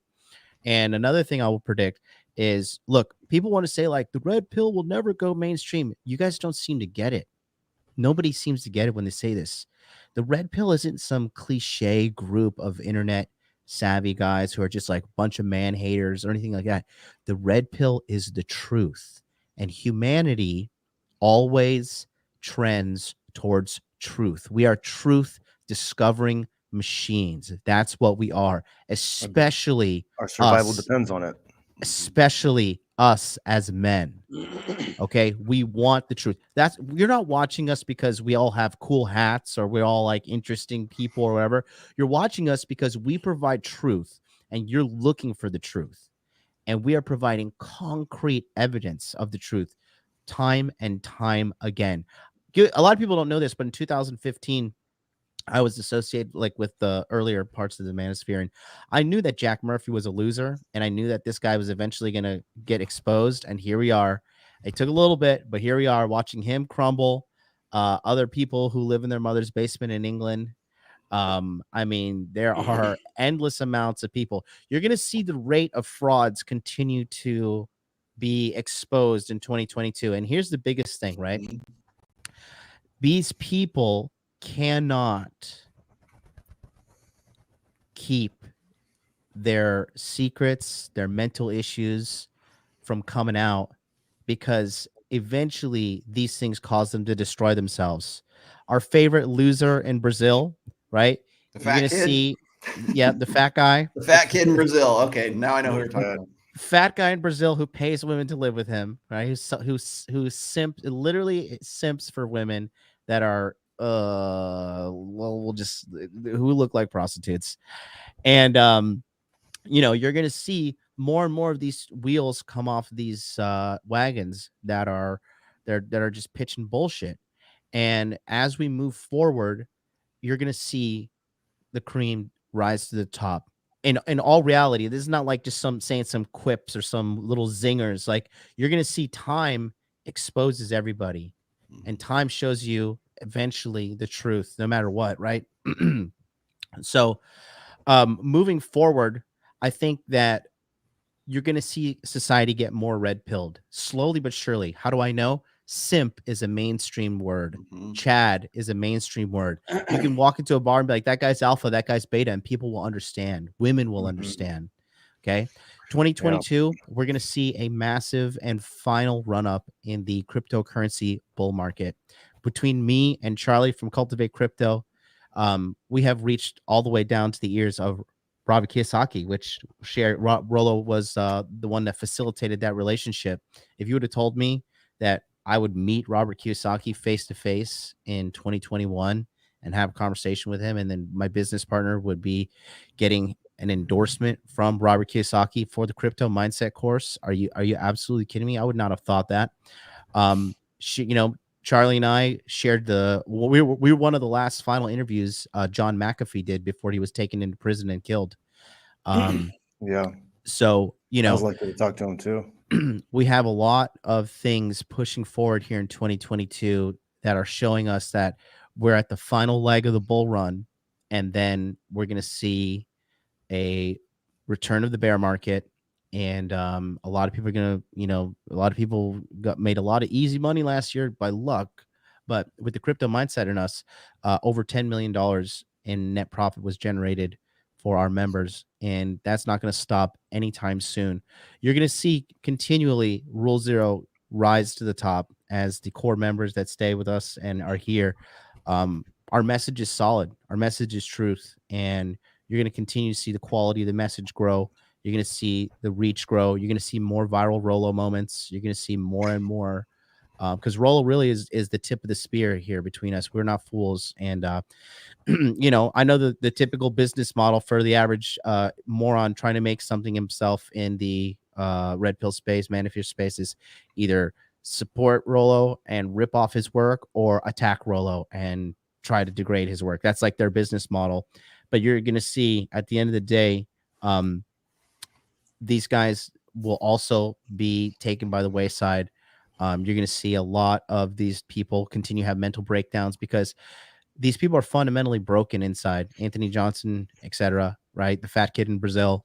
You're going to continue to see the quality of their message dissipate, and the only people that are going to get really fleeced by them are the ones that are completely unaware of what's going on in life here. So I'm gonna read for super chat here. Shout out to Billy Wong, who just said we're doing great work. Thank you so much, Billy Wong. Kinetic $20 super chat. The Romans never fixed Rome. They abandoned it and started over with a new city, Constantinople.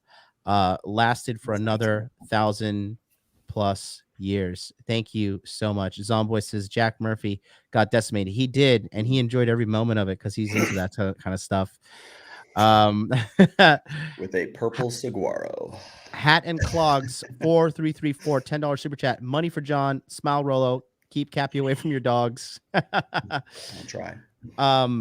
Now again, guys, sorry, my camera just cut off. OBS literally just like completely crapped the bed. I don't know what happened here. I uninstalled it, reinstalled it. Something's wrong. But anyways, that being said, let's talk about your general advice for men moving forward in 2022. John, we'll start with you, and then we'll go to Troy, then Rollo, and then we'll end with me. But what do you say to the guy who had a crappy 2021? He got dumped, he lost his money, he got fat, all the things that happened to the majority of people in COVID. What do you say, John? Like, what is your just overall advice? And then we'll go to Troy, and then Rollo, and then myself. First thing you have to do is decide on what you want. Where are you going?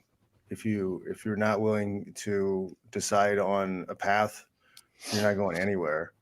You can't just hope your way somewhere. So sit down and put some serious thought into where you want your life to go. What direction do you want it to go? And then start to build the structure of what needs to be done to get you there. You know, how much money do you want to earn? What kind of job do you want to have? What kind of social circle in life do you want to have? And then you need to look and see, okay, these things need to be done to get there. And if you need help, which everybody does, nobody did anything great without a coach. Reach out and find a coach, find somebody, get some consulting done, get into some courses. If you got to take a side job or something to get the money to pay for that stuff, then you do it. Like there's no free rides. Nobody's going to do anything for you for free. People have to work to help. Create a path, find leadership, find somebody who you can follow and will give you good advice. Find a group of people that you can interact with who are like-minded and are looking to move forward and create a better life for themselves, and start doing the work. You know, you have to decide, you have to make the decision and then go. Great stuff. Troy, you ready? Yep. Yeah, I would agree with what John's just said. I mean, look, as I was saying before, I think the world is becoming increasingly unpredictable, absurd. It's very hard to have visibility in terms of really what's going to happen. And because of the, you know, the restrictions and so on that have been put down in the last couple of years or last 18 months or whatever it is, you know, planning is difficult. It's difficult. Well, I've been traveling a lot over the last year, and it's difficult sometimes to plan because you're thinking, well, I need to be in a certain place in a couple of months' time. Am I going to be able to do that because of the restrictions? That's just a small example. If you've got a business like a brick and mortar business, like a bar or a restaurant, then obviously you've been really feeling the pain. So visibility is really limited. So you just have to go back to core principles, which are money, muscles, game, frame. You know, sort out yourself first. But fundamentally, and this is the message that John's been preaching recently, and I would concur with, you've got to get the inner stuff sorted out, because it's only from having strong foundations and a strong inner game and inner sense of yourself that you're going to be able to withstand and be resilient enough to get through whatever life throws at us next. Because I don't think anything's slowing down here. You know, I don't think that the sort of absurdity that we've been talking about, you know, this weird pop culture, weird 24-hour news cycle world that we're living in, I don't think any of that's gonna get any better. I think it's only going to increase as we go forward into the new year. So, you know, you've got to make sure that you've got the fundamentals down. However, having said that, I do still believe there are fantastic opportunities out there for guys. You know, if you get yourself get your money sorted out, or at least you don't have to become a multimillionaire, but at least get yourself in a position where you're making some good money. Try to become a little bit more independent location, be able to move around a bit, and there are some fantastic opportunities out there. So I think we're at a time there's a lot of turbulence and there's a lot of volatility, but there's also a lot of opportunity. So just get yourself to a position where you can take advantage of that. Great stuff. Let's go to Mr. Tomasi. Sorry, my other camera died. So actually, the camera on the laptop's not too bad. I actually discussed this in the workshop I did yesterday, so I'll see if I can reiterate some of this. First and foremost, Twitter is not real. What you're seeing online is not real, and I think that a lot of guys get too wrapped up in thinking or making plans for themselves, or they get sort of stuck in neutral because they see it as being hopeless. And I think the hopelessness really comes from this constant feed of like despondency and nihilism and black pill gloom and doom. If that's where you are, you need to unplug from it and then reassess where you are right now in life. I talked to a guy who was like in his late 30s, early 40s yesterday, and he was telling me, hey, Rolla, I got zeroed out. I've been going through a pretty nasty divorce. I lost my job, which of course is what facilitated the divorce.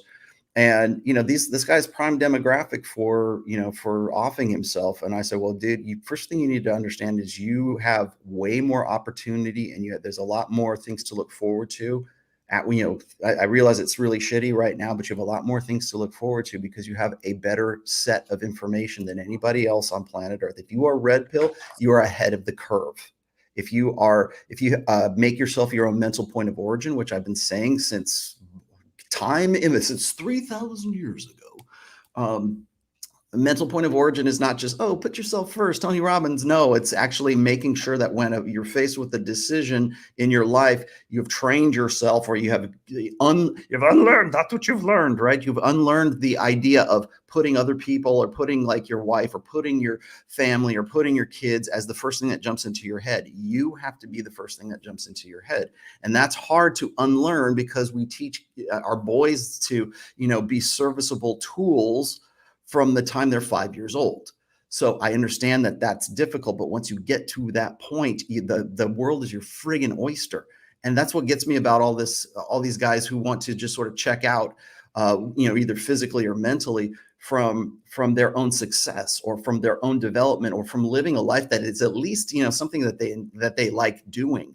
I think there's also guys need to unlearn the idea that happiness or sadness, for that matter as well, is a permanent state, or it's like a goal state. Whereas all the research and all the stuff that I've been reading these days is points that when we're looking at emotions are interpretive processes, but they also prompt us to action. So if you are happy, it's usually as part of a process. It's not an end state. It's you going from one state to the next. And if it makes you happy, if it's very enjoyable, if it's intrinsically rewarding, where you're on that progress to that goal state, that achievement, that's how you feel happiness. Well, the reason why guys are despondent and they're nihilistic and they're like, oh, I can't get a girlfriend, I'm going to check out, screw, I'm going MGTOW, I'm going black pill, I'm going to go make a video channel where we can all commiserate.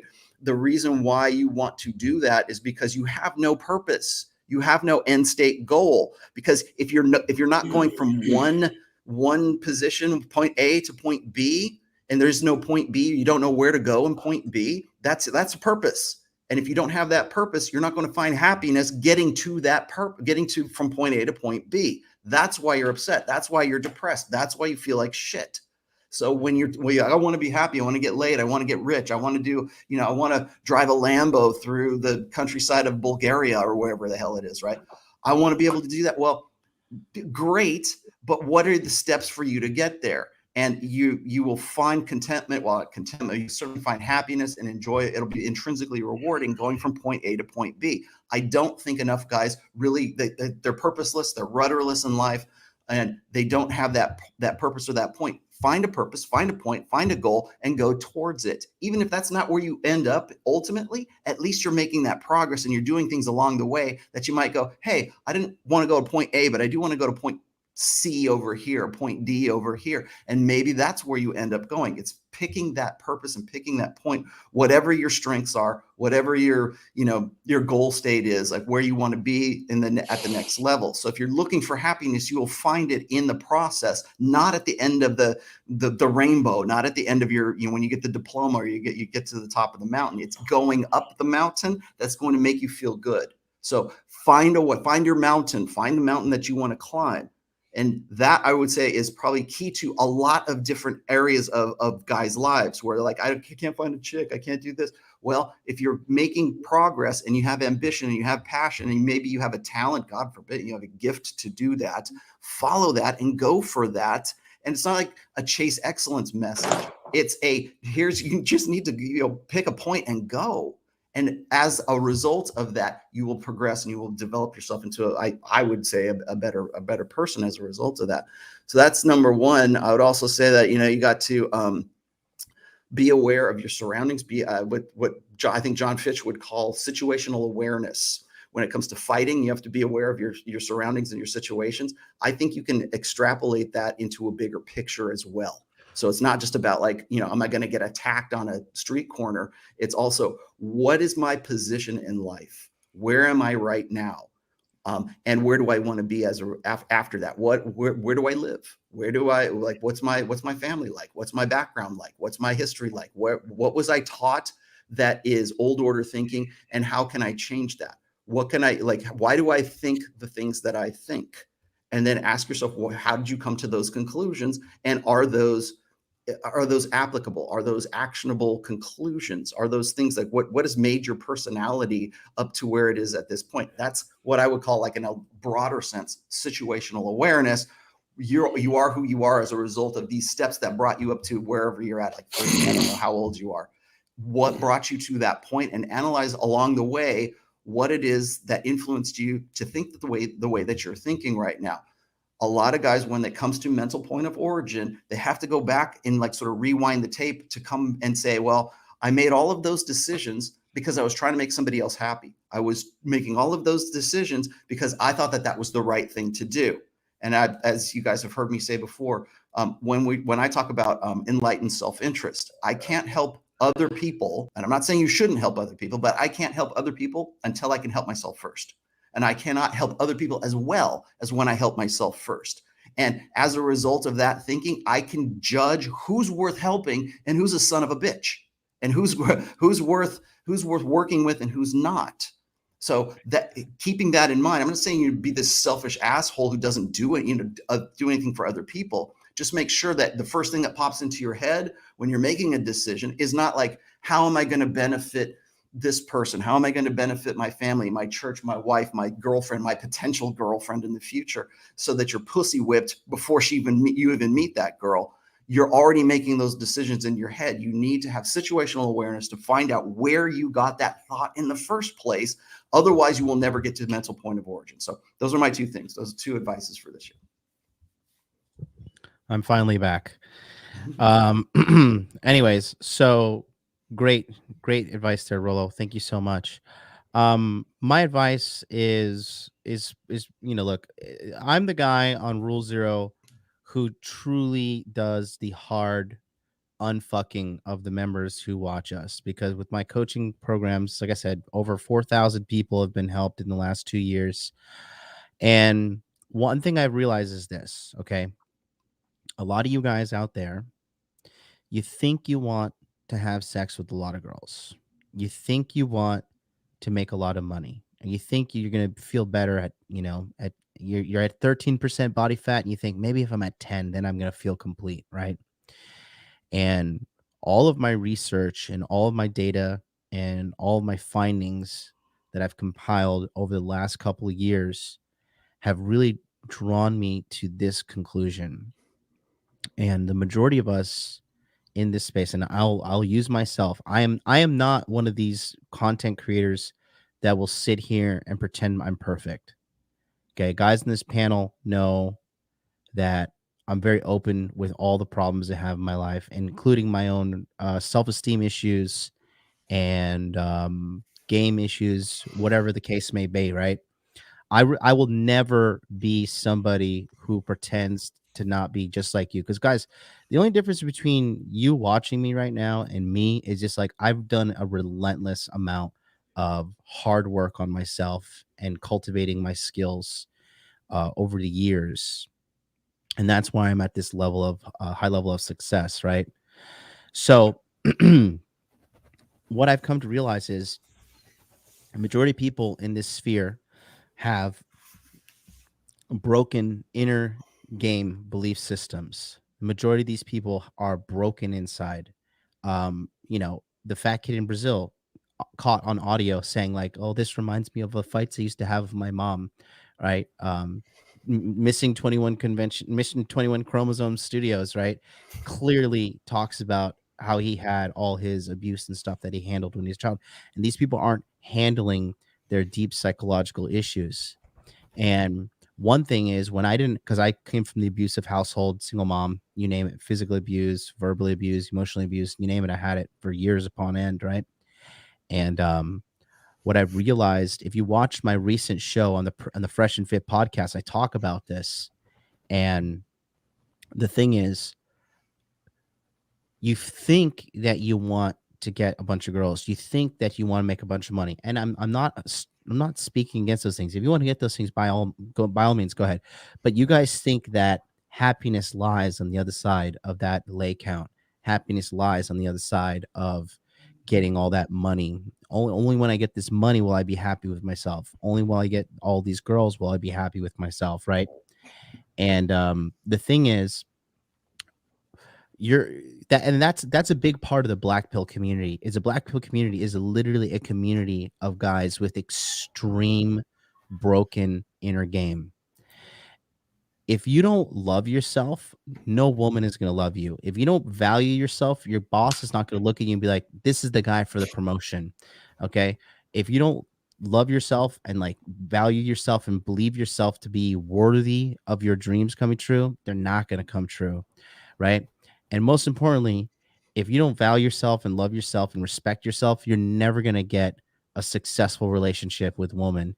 You're going to attract broken people, and you're going to have it's going to be a perpetual cycle of emotional turmoil, right? You're going to attract girls that like need to drink, need to fucking do drugs, need to be addicted to social media. And you know, the thing here I've realized is, for me personally, because I did a deep dive with the guys from Inner Masculine in the year of November, and I did a lot of internal searching and just struggling. I was struggling with a lot of insecurities, right? And a lot of self-value things. And I've realized, like, once I started fixing these issues, my desire to like want to have sex with a bunch of girls really like went down. And my desire for a lot of stuff that I thought was important really shifted away. And I just kind of found this sense of inner peace, which ironically attracts more women and attracts more money, right? So I've realized that the thing here moving forward in 2022, I said 2022 is the year of me and you. And that's going to be what I'm doing moving forward. I'm going to put out the most coaching programs this year. I'm going to do the most inner game stuff. I'm coming out with a complete inner game seminar and a bunch of I don't know whose dog that is, but I'm going to meet you. I think that's John. But just had to, I can hear your terrifying animal in the background. But I think like moving forward, we really just need to focus on the issues at hand that a lot of people seem to sweep under the carpet. A lot of guys seem to think like, oh, if I just have sex with a lot of girls, then I'm going to feel good enough. Then I'm going to feel complete. If I just make a lot of money, then I'm going to feel like, worthy of myself being a good person, and what happens is these external validation points, one girl isn't enough. Now you need 2 girls. Now you need 3 girls. Now you need 4 girls. Now you need 5 girls. And you become so dependent on this, it becomes like a sickness. Next thing you know, you're a fat kid in Brazil living with a bunch of fucking hookers, right? Why? Because you're broken inside. You can't stay alone by yourself. You can't feel good alone. You're constantly internally turmoiled, right? And this happens with a lot of guys in the community who are addicted to drugs. There's a big underlying drug addiction thing in this community. A lot of people don't want to talk about. And it all comes from a broken inner self, a broken lack of self-love, which society has got a drug problem. Because American society has a drug problem. And it's because I was going to say this is what it leads into, because America, people don't realize it, but America is a nation of broken homes and broken people raising broken people. And it's become such the norm. Like, it's in our music, to depict the family having a toxic fight. Like that fight with Adam Driver and Scarlett Johansson that went viral on Netflix, that like extremely toxic fight. That is not healthy. That is not normal. And to put that in your mind and to absorb that, people who are not red pill aware, they're going to believe that's the norm. And it's just creating this perpetuating cycle of just like broken people creating broken people that are going into broken relationships. Normalization of brokenness. And that's what's happening. So I'm telling you guys, like, moving forward here, this is really what is so important. This is the biggest thing. That's the most important, right? It's really, you guys actually have to do the work internally. You have to fix yourself. You have to look inside. You got to look in the mirror and be happy with the guy. And you may not be perfect body. You may not have the finances that you want. You may not have the women that you want yet. But by knowing, as Rollo said, I'm climbing the mountain. I'm on my way there. You have to be you have to be happy with yourself at the moment, right? Happiness is not a destination. Happiness is a journey, right? And Buddha said, happiness, don't look for the path to happiness. Happiness is the path. And that's talking about having inner peace, inner acceptance, and truly being okay with yourself as a man, being okay with who you are, whether you're black, white, tall, short, Asian, bald, head full of hair, whatever. Having a healthy, loving relationship with yourself as a man. That's what we call a guy who is a quote natural, because guys who are raised in a decent household, raised with a good family, and raised in a good sense of things, he just has a natural, healthy self-esteem about himself. Like, wow, it's so rare. We're like, look at this guy. He's a natural. Like, this guy's like not fucked up like me. Right. And I said, again, this is why you see some of these PUAs going off the deep end in their 40s and shit, is because they've gone their whole life without addressing the real issue. Because if you're not able to get girls and it's a big part of you, that's an indicator of something broken inside you, because getting girls is a natural part of life. You shouldn't need a coach. You shouldn't need a strategist. It should be a natural thing. But society, everything's getting all sorts of fucked up, and here we are. We don't have men and fathers who know what they're doing to teach their sons. Yeah, we are the teachers now. Right. Yeah, exactly. We have to replace that now. And Paul, perfect timing. So Paul, I think really you can really, because Paul is a person that really helped me. I paid Paul for his coaching because I respect him as a man and a business owner, and I think Paul is really one of the most underrated members of Rule Zero, because he has a real. You're welcome. He has a real deep understanding.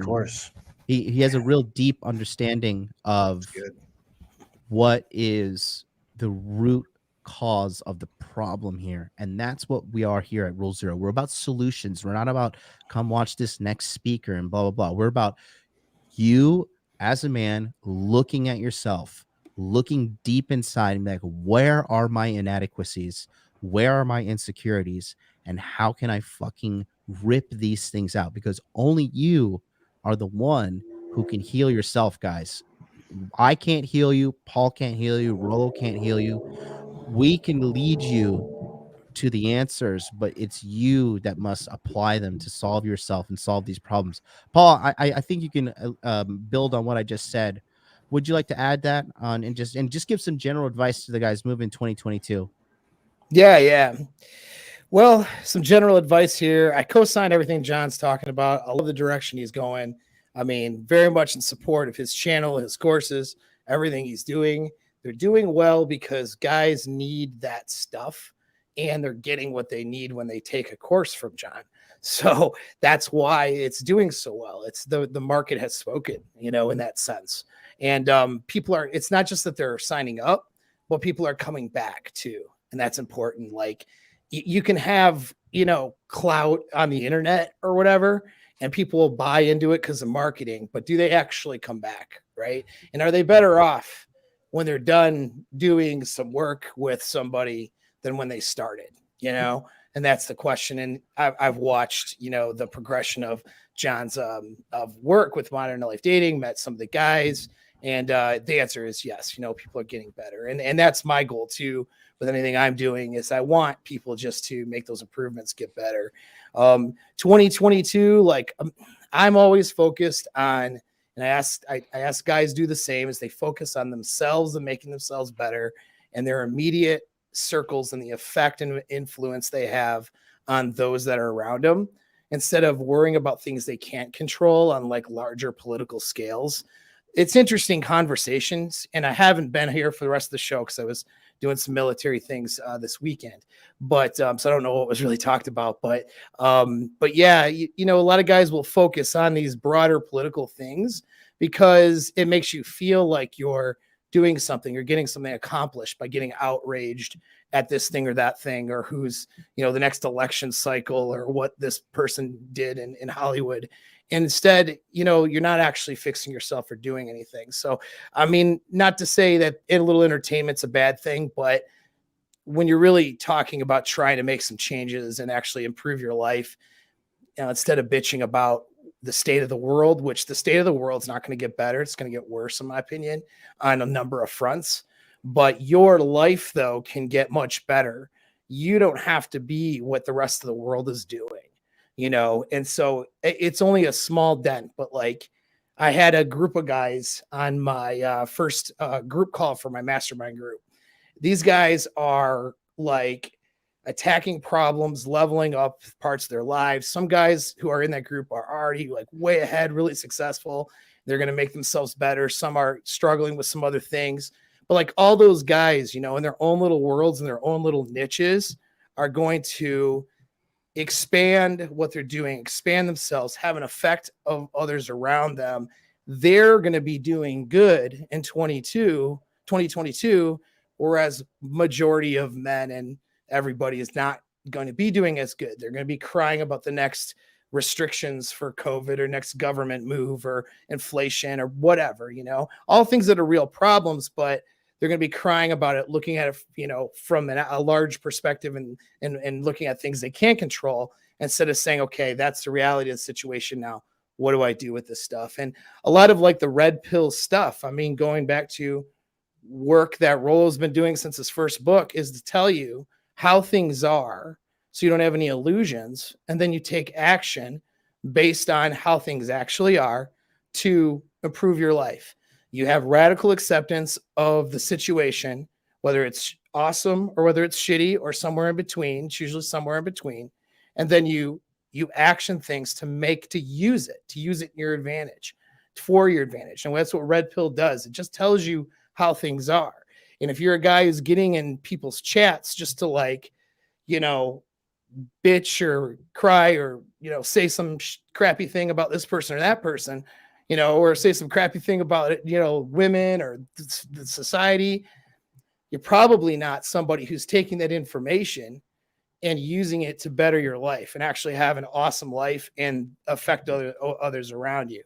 And then that's where the internal game piece comes. You have things going on inside of yourself in your own thought process that's directing your behavior, your lack of, I mean, it's all about behaviors and rewards and, you know, lack of reward or punishment, positive, negative reinforcement. That's basic behavioral psychology 101. We have instincts that drive us to get things that feel good or don't feel good. But your mental framework and your way that you're reacting to your emotions, the way that you're reacting and handling past traumas or traumatic effects, and your whole way of thinking and frame of mind will direct your behavior. And you can direct that behavior and your thoughts, your actions and emotions to doing the type of actions that is going to make you better and get you in an, like, get you to have a great year this year. Or you can direct your behavior for the worst. And that a lot of that is going to be based on habits that you're not even aware of, habitual thinking patterns you're not even aware of, emotions, beliefs. So many guys have gotten the things that they wanted and were still fucked up. You know what I mean?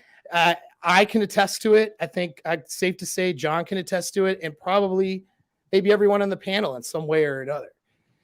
I was railing through, I railed through a few hundred girls at least, and it was doing pretty well with women as far as the pickup side of it, things that guys have a scarcity in. Yet I was still picking toxic partners. I was not doing well with my money. I mean, I was railing through hundreds of girls, you know, and guys, I could market that and talk about, look how cool I am, show a bunch of pictures of me, hot bitches and all that. And, you know, going to the club or whatever, doing this, doing that, talk about how great my pickup skills are. But I was not happy really, because a lot of parts of my life weren't squared away because things inside of me weren't squared away. This is years ago, which is why I focused on mindset and getting yourself into a good mental and emotional place to execute these things. There's people that get money, millions of dollars. I've had mentors and friends that I know who they have the money hack and they're miserable. They're getting chewed up and spit out in a relationship. How many guys come to the red pill who are very successful who, you know, got chewed up and spit out because their beliefs were off? Number one, that's that blue pill stuff. And then number two, their emotional and mental reactions to the world were not conducive of them doing well. So you got to get the information. You got to get kind of the truth and the good way of thinking about things. Stuff like Rollo's books, Ryan's videos, and really all of our videos that we put out are designed to get you that information but you got to work on your internal game, we call it, or your mental and emotional state, so you can be, when I say outcome independent, I mean, you know it's going to be good. You go through your goals, you're a winner, and you know the outcome is going to be good, even if things are not in your control. Like if something happens that's bad out of your control, you know, and you have the confidence that you can turn that bad thing around and get the best possible outcomes, or at least you're determined to do that. That takes strength, what we call, I mean, really that alpha strength, you know, is to have that calm, cool kind of confidence that things are going to be all right. And you know that because you're going to take the information that's out there, you're going to take the reality, no matter how shitty it is, you're going to use it to your advantage. You're going to capitalize on it. You're going to be a winner. All right. And so that's what I want everybody to do in 2022. And no matter what your deficiency is, whether you need to learn how to fight better and you get John Fish's stuff and go to his things, whether you want to just plus up on red pill stuff and you read Rollo's books, you take courses from John, myself, or whoever's on the panel or whoever's out there really that can help you. Whatever you do the work and work on your inner self, your emotions and your mental state, and get better outcomes for yourself. Don't worry about everybody else. Worry about you and getting good outcomes, because then you'll influence everybody else around you and people you care about to do the same. I think that's about all I got. So. It's great. And I think it's really good that you double down on it. Let me ask you this. I want to, while I still have you on the main screen, and then shout out to Spin Doctor, $10 super chat. Appreciate you. If you guys have any questions, remember $10 super chat and above for me to address them. I see a lot of silliness in the chat. But anyways, that being said, you said just now that, because we did predictions as well, you said things will be getting worse rather than getting better. I think so. Can you elaborate on worse and what? Do you think we're all going to end up in gulags, or what's the deal? No, I don't think it's anything extreme. I think it'll be gradual, but I don't think that the large majority of men out there are going to become masculine all of a sudden and start having better relationships with people in their lives and becoming better dads and better fathers and starting to do better financially. Mm-hmm. We're at 7% in the US right now at inflation, where and the US dollar, whether we know the US is on a decline right now, hard, but the US dollar, affects all the other currencies. So we're going to see people who lack opportunity, lack income opportunity, and who are struggling, and people are addicted to getting that dopamine rise from sensationalism. So COVID should be pretty much eradicated from our give a shit at this point as a general society, but people love to be neurotic about it. And so whether if COVID goes away or, as a non-issue, becomes a non-issue in 6 months to a year, it'll be replaced by something else where people are just going to be neurotic. Change. Yeah, it'll be that. It'll be anything. And it's not even just like leftists, although they're definitely they're pretty guilty of this. It's people of all spectrums who find their little niche to freak out over and to be neurotic. You know what I mean? And so that's the thing. We're turning into bonobo societies, all right, where women are running the show and guys are becoming more like women. All right, it's kind of like, and that's just where we're at. And so that large scheme of thing is not going to be good, like on a large scale. Most people are not going to listen. They're not going to fix themselves, not going to do the work. That's just the way it is. But I'm not a doomer, though, because they're with scarcity and with hardship and with instability, I should say, rather than scarcity. It's not scarcity. It's instability and all that. And other people underperforming, you have a great opportunity to capitalize now. Some of people, all right, things like Great Depression, most people were effed, but some of the most amount of wealth was built from scratch from people in times like the Great Depression or times like the last crash, things like that. And that's just speaking economically. Sexual market value wise, we're having a crash too.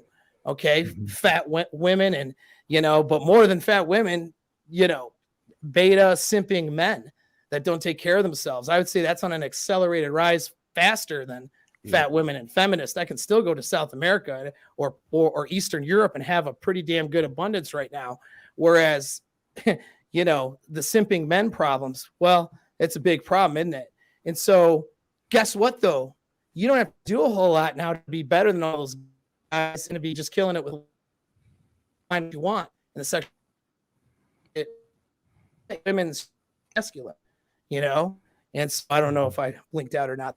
Weird place now, but internet wise. But at any rate, yeah. So, anyways, yeah, there's women are starving for a dude who's even halfway dominant alpha, has any of those, because evolutionarily speaking, we're still the same chimpanzees. You know, we want to club stuff over the head, and women want to have sex with us for it. So, like, we're the same in that regards instinctually. Their attraction triggers are still going to go for the dominant guy. It's just going to consolidate even more. You know what I mean? Instead of there being more dominant guys to be attracted to and choose from, there's going to be less. But the barrier to entry to be in that category gets lower and lower every year. So guys that are listening to this, especially some of you guys are feeling really down about shit, that's like your mind, dude. This is a great opportunity right now. A great opportunity to really find in all niches, find a way to get, you have an endless opportunity to make money right now. But the standard way and the standard economy is going to be a struggle. Taxes will probably go up, inflation will go up. There'll be a lot of problems. Somebody caught in an old paradigm, whereas Rollo likes to call it an old world paradigm. I think I'm saying that right. It's like you're going to struggle, but those you guys that think outside of the box, you're going to do better. And so we're here to help you do better. It's only a small niche, right? In the large scheme of things, there's 3.5 billion men out there and 7 billion people or something like that. We might get a few thousand that'll do the work here.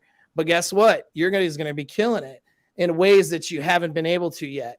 So that's the good news. You guys, I'm not saying in gloom stuff on an overall scale. Yeah, shit's going to get worse, but opportunity is still going to be very open for you to capitalize on it and do better than everybody else. And remember, in terms of sexual marketplace, because that's what we deal with here, it's competition between the other men out there in society, generally speaking, right? That's the marketplace. And so when that competition gets worse and worse, you have a lower barrier of entry to be better than those guys. To be some girls' hypergamous best, easier now than maybe it was in the past. I mean, I don't know if that's true, but it seems like it's easier. So, yeah. Great stuff. Wraith Dinator, $20 super chat says men need to explore their purpose and frame. It helps to find an understanding of self and set the tone for living the best you. Yeah, that's what I'm saying. And I'm so glad Paul came in to kind of build off of what I was saying, because really that's what I've come to realize now is like, this is the way. And I think, like I said, moving forward, I think you're going to start to see a lot of content creators who don't have their inner world sorted out, that you're going to start seeing chinks in the armor, because you can't get on a platform like this and have like 100,000, 200,000 plus audience and give bad advice and have that shit like not come back to you, because it's just going to continuously bring up your own issues. And I think that moving forward, this is really the thing. It's like as men, we have to have the uncomfortable conversation with ourselves and the uncomfortable look within ourselves. And we are the ones that need to be the ones that heal ourselves. There's no ands, ifs, or buts about it. We got a $10 super chat from Alpha Kingdom. Says blessings to you all. MLD, Troy, Rollo, Paul, John, respect the chat. Thank you so much. So that being said, that's what we got here going on. It is life is good. Life is a good thing. And there's no need for us to paint a bad picture. Myself alone here, I'm looking at what I've done to my life in literally just like coming up on 3 years now, right? Internally, externally, with my body, my money, my fitness, my game, my overall levels of happiness. I mean, you name it. It's like, and I think people who watch me have like witnessed the evolution of myself. As Paul mentioned as well, his internet crapped out, but perfect timing to crap out, really. But yeah, that's it for us this week. I hope you guys loved this episode. I think this is a really good episode. That's good. You guys, next time,